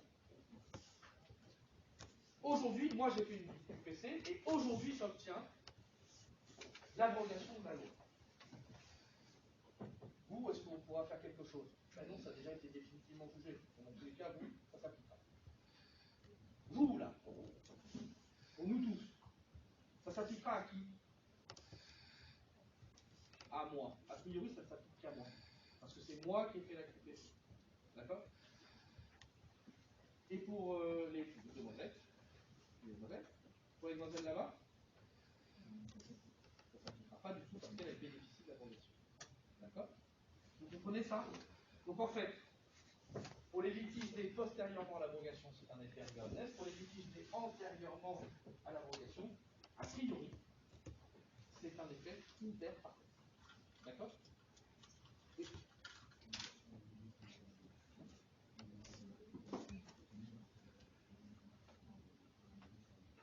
Ouais, mais non, parce que logiquement, il faut que vous le demandiez, il faut que vous fassiez, en fait, il faut que vous joigniez à la QPC. Si vous savez que vous joignez avant qu'elle soit rendue, eh bien, tant pis pour vous, vous avez qu'à faire la QPC. Non, le principe, c'est ça. C'est qu'en fait, il y a une espèce de prime à celui qui a déposé la QPC. Ceci étant dit, le juge, si vraiment il y a une atteinte massive aux droits fondamentaux, le juge constitutionnel peut décider d'étendre l'abrogation à vous tous. Pas ici, dans tous les cas, parce que ça c'est décision du juge. Par contre, le juge peut décider d'étendre l'effet erga-omnes à tous les litiges nés antérieurement à l'abrogation, mais non encore définitivement jugés. D'accord? Donc on aura la possibilité de vous en faire bénéficier. Ça arrive assez régulièrement, mais c'est loin d'être systématique. D'accord? Et enfin, il y a une autre possibilité sur les effets des décisions QPC. C'est qu'en fait, lorsqu'on abroge une loi, ça peut créer un vide juridique. Alors, ça crée un vide juridique. Ça aussi est quelque chose. Le problème, c'est que ce vide juridique, c'est grave. Quand on supprime la loi sur le harcèlement sexuel, est-ce que c'est grave? Non, parce qu'il existe la loi sur le harcèlement. J'aime bien, c'est là encore, c'est des trucs que je viens de recevoir. Un 4 qui me fusille du regard, c'est grave, le harcèlement sexuel. Non, il y a un délit de harcèlement. C'est-à-dire que les gens qui ont poursuivi le harcèlement sexuel, on a pu les poursuivre sur le fondement du harcèlement. Ça n'a pas posé de difficultés majeures, si vous voulez. Alors c'est sûr, c'est regrettable de condamner pour harcèlement et pas pour harcèlement sexuel, parce que juridiquement c'est pas la même chose, mais il en demeure pas moins qu'on a quand même pu condamner les gens. Donc, tout va bien. Par contre, la loi sur la garde à vue, ça par contre c'est une autre histoire. La garde à vue, très concrètement, ça permet de recueillir à peu près 90% des preuves dans un procès pénal. Pour être très honnête, si on supprime la garde à vue, on supprime l'immense majorité des possibilités de poursuite pénale contre les auteurs d'infraction. C'est comme ça. Donc quand on a déclaré la loi sur la vais parler de la garde à vue tout à l'heure. Chaque fois que je reparle de la garde à vue, je regarde le modèle, c'est là, j'ai associé le truc à cette zone-là. Donc, si effectivement je conteste, on obtient l'abrogation de la loi sur la garde à vue, et c'est le cas, si on a supprimé instantanément, ça veut dire pendant 6 mois, le temps qu'on adopte une nouvelle loi, on ne peut pas mener de garde à vue. Et si on ne peut pas mener de garde à vue pendant 6 mois, c'est-à-dire pendant 6 mois, on a une quasi-impunité pénale.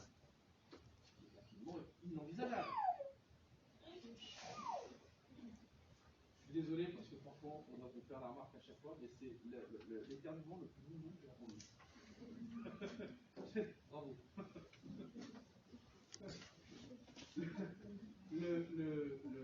Ça veut dire que pendant 6 mois, on aurait une impunité pénale quasi absolue, d'accord? Ce qui n'est pas possible.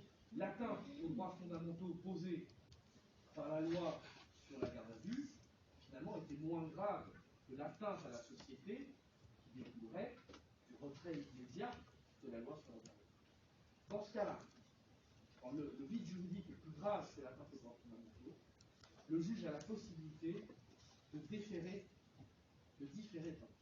l'abrogation. C'est-à-dire de dire, ok, on va abroger la loi parce qu'elle est inconstitutionnelle, mais on va le faire dans 6 mois. Parce qu'en 6 mois, le juge aura le temps, le législateur aura le temps d'adopter une nouvelle loi, qui viendra en remplacement. D'accord? Et là, du coup, les choses se régleront relativement faciles. C'est clair? Ouais. Pour c'est le morceau le plus dur de ce semestre. Hein. On vient de se faire avec cette histoire sur les effets des décisions, la portée des décisions. Alors, maintenant, rapidement sur un dernier point, mais vous voyez depuis 2010, très clairement, on peut dire, enfin, qu'on a affaire à un véritable état de droit en France. Pourquoi? Parce que c'est que depuis 2010 qu'on peut être sûr que si jamais une loi est contraire à la Constitution, on peut en demander l'abrogation. D'accord? Avant, ce n'était pas le cas. Ce qui veut dire que la hiérarchie des normes n'était pas systématiquement respectée. Et si ce n'était pas systématiquement respecté, c'était une atteinte à l'état de droit. D'accord? Donc en fait, c'est que depuis 2010 qu'on peut véritablement parler d'un état de droit en France. C'est normal, majeur quand même. D'accord? Mais alors, ceci étant dit, il y a une révolution qui a été ratée, et c'est vraiment regrettable. À mon sens, c'est vraiment regrettable. Parabole. En 1958, on a De Gaulle qui, encore une fois, veut limiter le pouvoir législatif et qui, du coup, décide de créer un conseil constitutionnel. Et on a bien vu quel était l'esprit de ce conseil constitutionnel, hein, le chien de garde de l'exécutif. Et il se trouve que dans la Constitution, il y a une autre norme qui est déclarée supérieure à la loi. Laquelle? Mais ça se traite avec le bloc de constitutionnalité. Quoi d'autre? Les traités. On a tout le bloc de conventionnalité qui est supérieur au bloc de légalité. Et ça, c'est dit à l'article 55. Les traités ont une autorité supérieure à celle des lois. D'accord? Il n'y a pas de témoin, oui. Tiens, du coup, vous pouvez me dire combien il est puni harcèlement sexuel. Vous voyez, donc du coup, on a effectivement quelque chose de enfin, je me suis perdu, je sais plus, quand on envoie une phrase, je ne sais pas ce que je veux dire. Je suis en train de parler de oui, merci. Les traités. Donc là, on a prévu la supériorité du bloc de conventionnalité sur le bloc de l'égalité, sauf que le problème, autant on a prévu l'existence du juge constitutionnel pour faire en sorte que la Constitution s'impose à la loi, mais là, pour que le bloc de conventionnalité s'impose à la loi, on a prévu quoi? Rien. On a eu une sorte d'oubli. Alors, oubli ou volonté volontaire, c'est une autre question. Mais en attendant, on n'a rien dans la Constitution pour venir s'assurer de la primauté du bloc de conventionnalité sur le bloc de l'égalité. Donc bien évidemment, puisque rien n'est prévu dans la Constitution, tout de suite, les universitaires, la doctrine, va réfléchir à cette question-là. Qui doit s'occuper de contrôler la conventionnalité des lois? Bon, et dans l'esprit du droit français, droit romano-germaniste, continental, l'idée c'est qu'on respecte la hiérarchie des normes. C'est-à-dire qu'une norme doit, de façon abstraite, être conforme aux normes supérieures. Et c'est une condition de validité. Si la loi n'est pas conforme, si la norme n'est pas conforme aux normes supérieures, elle est viciée. Et si elle est viciée, qu'est-ce qu'il faut faire? La supprimer. On ne peut pas avoir une norme dans l'ordonnancement juridique qui est contraire à une norme supérieure. Le principe, on doit la virer. Okay, bon, et dans ces conditions, maintenant qu'on a rappelé les fondements théoriques de notre contrôle de norme à norme, qu'est-ce qu'il faudrait faire du coup si une loi était inconventionnelle? La virer, la supprimer. D'accord? Et qui est compétent pour supprimer une loi? À part le législateur, parmi les juges, quel est le seul juge compétent pour supprimer une loi?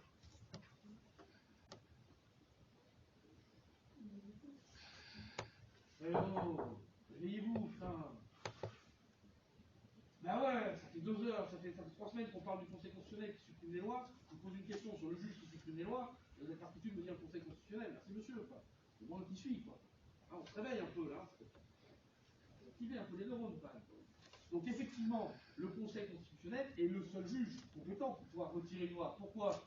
Parce que si c'était le juge ordinaire, c'est le pouvoir judiciaire. Or, le pouvoir judiciaire, si portait atteinte au pouvoir législatif, ce serait une atteinte à la séparation des pouvoirs. Le seul juge compétent pour pouvoir effectivement supprimer une loi, c'est le Conseil constitutionnel et lui seul. Donc très logiquement, la doctrine de l'époque, quand elle est en train de réfléchir à qui pourrait effectivement supprimer des lois parce qu'elles sont contraires au bloc de conventionnalité, logiquement, quelle est sa réponse? Le Conseil constitutionnel. Ok? Et d'ailleurs, ils arrivent même à justifier de comment arriver, bien qu'il y ait un oubli dans la Constitution, comment arriver malgré tout à donner la compétence sans changer la Constitution, simplement par l'interprétation. En disant la chose suivante, l'article 55 dispose que les traités sont supérieurs aux lois. S'il existe une loi qui est contraire à un traité, c'est-à-dire ce lien de supériorité, en fait, il n'existe pas. Donc ça veut dire qu'une loi qui serait inconventionnelle, par définition, elle porterait atteinte à l'article 55 de la Constitution. Et donc ça veut dire qu'une loi inconventionnelle serait également inconstitutionnelle. Et voilà comment tout le Conseil constitutionnel aurait pu traiter la conventionnalité tout en traitant la constitutionnalité. Donc encore, c'est une histoire qui roulait, quoi. Tout le monde était ok, c'est bon, ça va arriver, quoi, c'est sûr. D'ailleurs, en 1968, on a le Conseil d'État qui va rendre une décision particulièrement célèbre qui s'appelle la jurisprudence des semoules. Et dans cet arrêt, le Conseil d'État va clairement rejeter sa compétence en matière de contrôle de conventionnalité des lois. Sous-entendu, il ne le dit pas clairement, mais c'est évident quand on le lit, sous-entendu, c'est le Conseil constitutionnel qui est compétent pour le faire. Bon, bah, tout va bien, c'est là. Arrive 1975 et la célébrissime décision IVG du Conseil constitutionnel. Alors, célébrissime, pas tant sur la question de l'IVG, parce que pour le coup, on en parle très peu dans ces décisions-là, mais célébrissime parce qu'elle va apporter ce qui n'a rien à voir avec l'IVG. Il était reproché à cette loi sur l'IVG de porter atteinte au droit à la vie prévu par un certain nombre de traités internationaux. Idiot, quoi, pour la vie, bref, on n'est pas là. Derrière, le Conseil constitutionnel, on demande donc de se prononcer sur le contrôle de conventionnalité. Alors là, la déception totale. Non seulement il dit non, mais surtout il dit même pas pourquoi. Il se contente de dire non. Bon, ok. Donc c'est non. Du coup, derrière, qu'est-ce qui va se passer? La Cour de cassation dit dès que vous lui filez un début de pouvoir, elle en pousse plus tellement elle est contente. Donc du coup là, les juges de la Cour de cassation, 3 mois seulement après, vont s'empresser d'accepter de faire un contrôle de conventionnalité. C'est-à-dire que désormais, le juge judiciaire accepte de faire le contrôle de conventionnalité des lois. Et encore une fois, comment ça va se passer? Donc c'est un justiciable dans le cadre d'un procès qui va se défendre contre une loi qu'on lui applique, en arguant de son inconventionnalité. C'est un recours par voie d'exception. Donc c'est le juge qui va se trancher. D'accord? Donc ça contre la posteriori par voie d'exception. Le juge, il va faire quoi? Est-ce qu'il peut annuler la loi? Non, il ne pourra que l'écarter. Donc on a un contrôle diffus avec un effet inter partes. Et à votre avis, la nature du contrôle, ce sera quoi? Concret ou abstrait? C'est inter partes, ce sera un contrôle abstrait. Concret, quoi. Il va vérifier dans le cadre des parties si on a une conventionnalité des lois. Donc là, on est en train de faire quoi? Un contrôle concret, a posteriori, inter partes, diffus, par voie d'exception. Ça vous rappelle quoi, ça? C'était le modèle américain. Là, on est en train d'appliquer pour le contrôle de conventionnalité des lois en France exactement la même logique que celle inhérente au contrôle de constitutionnalité des lois aux États-Unis. Et sauf que je vous l'ai dit, le problème, c'est que ce modèle, il n'est pas compatible avec notre droit. C'est pas logique, c'est pas théorique. Encore une fois, chez nous, la sanction d'une norme qui est viciée, c'est la suppression. C'est pas le carton, les cadres dans un machin. D'autant plus que en France, on n'a pas la règle du précédent. Donc, on ne pourra même pas bénéficier de la jurisprudence antérieure, parce qu'elle correspond parfaitement au fait que c'est une usine à gaz, une connerie monumentale. D'accord.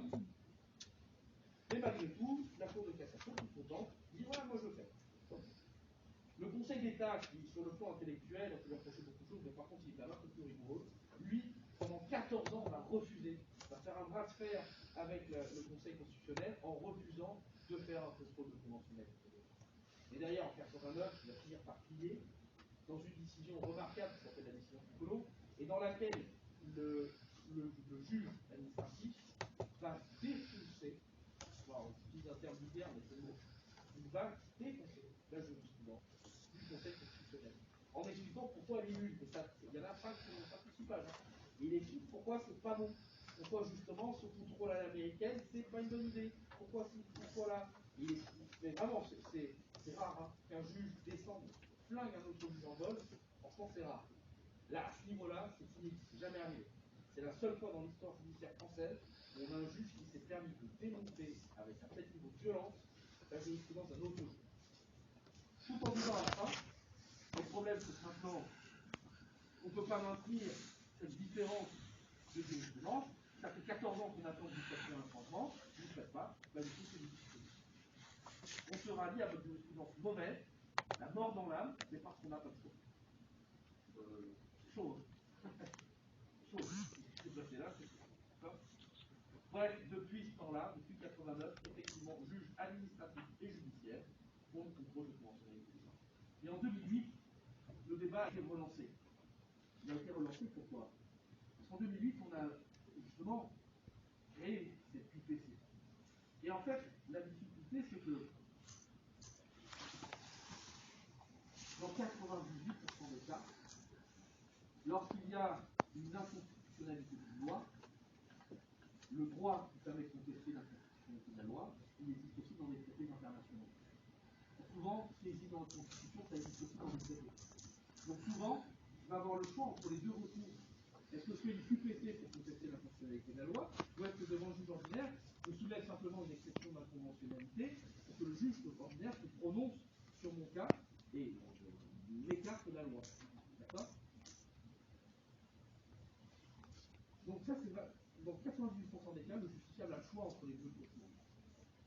Et le problème, c'est que c'est une concurrence inégale. Une QPC, ça dure 6 mois. Le bas mot, ça coûte 5 000 balles.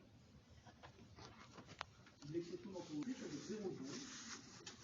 Et au bas mot, allez, au pire, ça va coûter 500 balles de recherche sur votre avocat qui ne connaît pas trop le droit international et qui va aller chercher un traité. Logiquement, c'est tout dans son tarif normal. D'accord? On ne peut pas payer un peu plus parce qu'il y a une exception d'inconventionnalité. Donc normalement, ça vous coûte que dalle, ça ne vous prend pas de temps supplémentaire. Vous allez choisir quoi? Vous allez faire justicier masqué de l'ordonnancement juridique français. Ah, moi, je vais faire impérativement parce que la loi, elle soit supprimée. Et du coup, je paye 5 000 balles et ça me prend 6 mois. Moi, je vous dis, à partir du moment où on ne l'applique pas, je m'en fous, je vais faire ce qu'il y a plus rapide et moins cher. Évidemment, les gens ont tendance à privilégier l'exception de la conventionnalité. Évidemment. Donc, en fait, le problème, c'est que ce faisant, on porte atteinte à l'ordonnancement juridique, c'est pas dans l'intérêt général. L'intérêt général, c'est de supprimer la loi qui existe. Vous comprenez bien? Donc en fait, pour tout vous dire, moi je trouve que cette introduction de la QPC, elle relance totalement la question de savoir s'il faut, oui ou non, donner le contrôle de la conventionnalité des lois au Conseil constitutionnel. À mon sens, la réponse est évidemment oui. Et pour tout vous dire, parce que le Conseil constitutionnel, aujourd'hui, c'est 9 membres. 9 membres, déjà pour traiter le contrôle de constitutionnalité, c'est peu. Autant avant, ils n'étaient pas une ramée, ils faisaient 4 décisions par an, autant maintenant, c'est plusieurs centaines. Ils se retrouvent avec tout le contrôle a priori qui est conséquent, toutes les QPC et ses conséquences. Si on leur rajoutait le contrôle de conventionnalité, c'est clair, ils sont morts. Ils n'ont pas le temps pour le faire. Donc ça veut dire qu'il faudrait donner ce contentieux-là au juge constitutionnel, capable d'assumer un contentieux beaucoup plus conséquent que celui qu'on connaît aujourd'hui. Et éventuellement d'ailleurs faire un système peut-être un peu plus rapide, avec un simple filtrage sans passer par la Cour de cassation, pour faire en sorte que ça dure 2 mois au lieu de 6. Déjà, si on arrivait à faire ça, c'est quand même un sacré progrès. D'accord ? Bon, c'est clair ?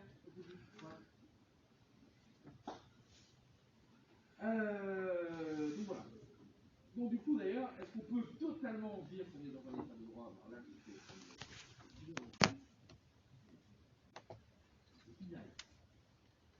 ça pas totalement dans la mesure où aujourd'hui, concrètement, si vous n'avez pas un avocat qui a la logique de réfléchir, le réflexe de réfléchir en termes de contrôle de conventionnalité des lois, sachant qu'il y a rapport, personne n'en sait. Il dit que ça c'est les jeunes avocats qui pensaient parce qu'ils sortaient du truc et qu'ils essaient d'informer sur ce sujet-là. Et pour les anciens, concernant le contrôle de conventionnalité, c'est pas quelque chose, en tout cas dans les premières années, était tout à fait naturel. Si vous avez un avocat qui n'a pas trop l'habitude de faire ça, vous allez dire que c'est vite parce que vous l'avez pas fait. Vous voyez, c'est quand même un peu gênant. Je trouve que c'est vraiment faire la fine bouche, parce que le il y a des droits qui ont été respectés, mais quand même, c'est pas parfait, et je trouve qu'on gagnerait vraiment à passer tout ça à la discussion. Bien, on a terminé avec ce chapitre. Rapidement, parce que c'est un chapitre d'une page, vous traitez le chapitre 2, en fait, à partir de la fonction, on va traiter le chapitre 3, qui traite de la séparation horizontale des pouvoirs dans un État. Donc là, on va commencer à parler de l'État, donc très simplement, vous définir ce qu'est un État aujourd'hui sur le plan juridique. C'est ça ce que le chapitre 2, c'est vraiment un chapitre de transition, pour essayer de comprendre ce qu'est un État. Déjà, la première chose qu'on peut relever, c'est que la notion même d'État, finalement, c'est quelque chose de relativement récent. C'est relativement récent parce que ça date du XVIIe siècle. En 1648, on fait remonter habituellement la création de l'État moderne. Pourquoi? Parce que dans l'Antiquité, en fait, l'État n'a pas existé. En Grèce, ça n'existait pas. Dans toutes les grandes civilisations antiques, ça n'existait pas. Même à Rome, qui pourtant était la forme de pouvoir dans laquelle on pouvait le plus se rapporter à la notion d'État, même là, c'est difficile de véritablement parler d'un État proprement parler dans le sens moderne. Donc effectivement, au Moyen-Âge, on va vous dire qu'on a une telle dilution du pouvoir empêtré avec des monarchies totalement empêtrées dans le féodalisme, que là on est très très loin de la notion d'État, on est presque plus dans une société anarchiste, mais en tout cas loin de l'État. Et en fait, c'est en 1648 tout ça. 1648, pourquoi une date aussi précise?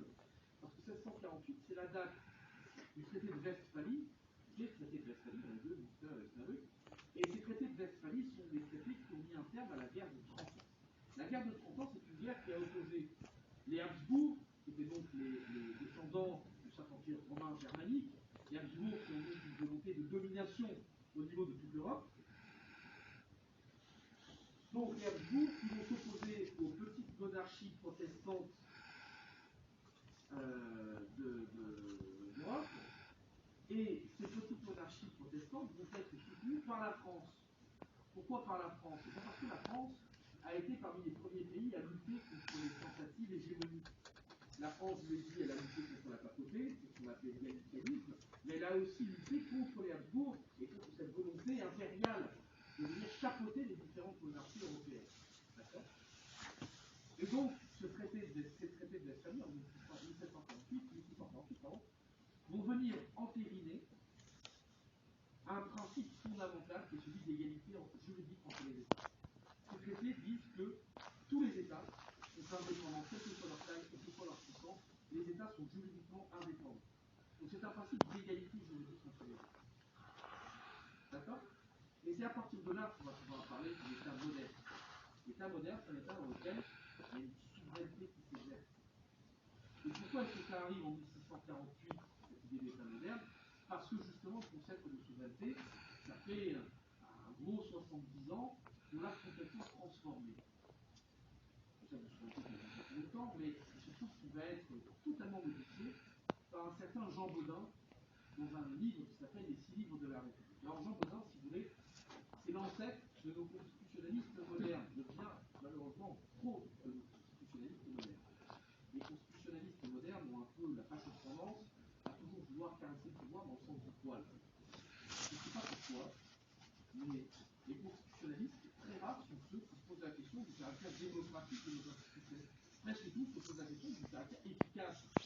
de l'identification. Alors certainement, parce qu'en France, le constitutionnalisme est né en plein moment. Il y a du mal à s'en abstraire encore aujourd'hui. 8% des constitutionnalistes sont des pro-5e République qui ne pas descendre. Il n'y a qu'à la Sorbonne, finalement, où on a une école un petit peu différente, mais pour le reste, effectivement, les constitutionnalistes sont quand même un peu moins ces 10 dernières années, et globalement toujours très empreint de cet esprit de la cinquième, de cette vision gaulliste du pouvoir. Eh bien, Jean Bodin, si vous voulez, c'est l'équivalent ancien des constitutionnalistes d'aujourd'hui. Jean Bodin, c'est quelqu'un qui apparaît, qui écrit au moment où la monarchie tempérée est en train de faire la bascule vers la monarchie absolue. C'est-à-dire qu'on avait un roi qui était composé avec des contre-pouvoirs, puis d'un seul coup on a marre des contre-pouvoirs et qui veut devenir seul maître à bord. Mais pour pouvoir justifier cela, il va falloir une justification théorique. Cette justification théorique, on la connaît tous, ça s'appelle la monarchie absolue de droit divin. Et pour pouvoir conceptualiser ça, il va falloir d'abord le concept de souveraineté, et ça c'est Jean Bodin qui l'amène. Jean Bodin va théoriser, va casser une idée qui est en train de se développer avec ce que l'on a appelé les monarchomates, l'idée selon laquelle la souveraineté du roi viendrait du peuple. Bodin casse cette idée-là en disant non, le roi il est souverain parce que c'est le roi. Et derrière, les religieux amèneront l'idée du droit divin pour justifier cette souveraineté du roi. D'accord? Donc si vous voulez, tant qu'on n'avait pas la souveraineté, on ne pouvait pas avoir l'État. C'est la définition moderne de la notion de souveraineté qui va amener la notion moderne d'État. D'accord? Alors, chez Bodin, qu'est-ce que c'est que la souveraineté? C'est le pouvoir absolu, le pouvoir politique absolu, celui qui n'a aucune contrainte. D'accord? Être souverain, c'est pouvoir faire ce que l'on veut, sans aucune contrainte, sans contre-pouvoir, d'aucune sorte. Ok? Bon. Alors aujourd'hui, qu'est-ce qu'il faut pour pouvoir reconnaître un État? Aujourd'hui, on va terminer avec cette vision historique. Il faut 3 choses pour reconnaître l'existence d'un État. La première, c'est déjà un territoire. Il peut y avoir d'État si on n'a pas de territoire. Il y a des frontières. La deuxième chose, c'est une population. Il ne peut pas y avoir d'État, quand bien même on aurait un territoire, s'il n'y a pas de population. Vous avez un exemple de territoire sans population? L'Antarctique. C'est le seul territoire sans population. Et enfin, troisième condition, il faut un pouvoir souverain. D'accord? Il faut justement le fait qu'on ait un pouvoir qui s'exerce sans contrainte extérieure. Alors d'ailleurs, à propos de la souveraineté, c'est une définition que j'adore. Que j'adore parce qu'elle est très simple à retenir, et quand on l'entend, on ne la comprend pas. Donc ça veut dire qu'on est obligé de réfléchir pour la comprendre. Ça, forcément, ça fait que vous vous en souviendrez tout de suite. En tout cas, un moment. C'est Georges Jelinek au 19e qui nous la donne, cette définition. Il nous dit la chose suivante. La souveraineté, c'est la compétence de la compétence. Répondant, formulation, et forcément, quand on emploie un parent, on ne comprend pas la compétence de la compétence, ça veut dire quoi? Et là, du coup, on est obligé de prendre 2 secondes pour réfléchir un peu. La compétence de la compétence, c'est quand je suis moi-même compétent pour définir quelle est l'étendue de mes propres compétences. Autrement dit, je suis seul pour définir mon pouvoir. Et c'est pour ça que je vous ai dit que la Constitution, c'était le seul acte de souveraineté. Pourquoi? Parce que la Constitution, c'est l'acte par lequel le peuple souverain définit quelles sont les compétences au sein de l'État qu'il est en train de créer. Et une fois que cette Constitution elle est créée, il n'y a plus d'acte de souveraineté. Parce que dans tous les cas, on s'est lié par cette Constitution. D'accord? Les seuls actes de souveraineté sont les actes qui portent sur la Constitution. D'accord? Bien. 2 petites réflexions sur cette définition qu'on vient de donner. La première sur l'égalité entre les États. Bon, là, je vous parle bien d'égalité juridique. Hein. Il est bien évident que l'égalité, c'est comme des Coluches. Hein. Il y a des gens qui sont plus égaux que les autres, quoi. Ben, c'est exactement ça. Vous prenez, je ne sais pas, Nauru, une petite république au monde, 10 000 habitants, je crois, de moi, à peu près. Si jamais Nauru doit signer un traité bilatéral avec ses à peu près voisins, ne serait-ce que la Chine qui essaie vraiment de défendre son influence dans cette zone géographique, un traité avec la Chine.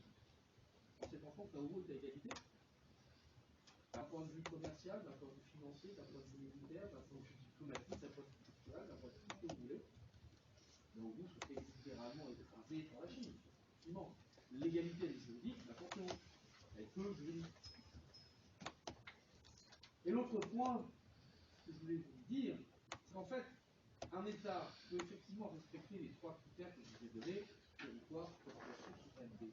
C'est pas pour autant qu'il sera reconnu comme tel par tous les autres États. Parce qu'en fait, il y a une dimension subjective dans la notion d'État. On est un État parce qu'on existe en tant qu'État aux yeux des autres. D'accord ? Et le truc, c'est que la reconnaissance d'un État, c'est un acte de souveraineté, justement. On est libre, un État est libre de reconnaître quels sont les autres États. Et il y a plein d'exemples d'États qui ne sont pas reconnus par d'autres États. On peut prendre le conflit israélo-palestinien, qui est quand même l'illustration la plus évidente de ce problème-là.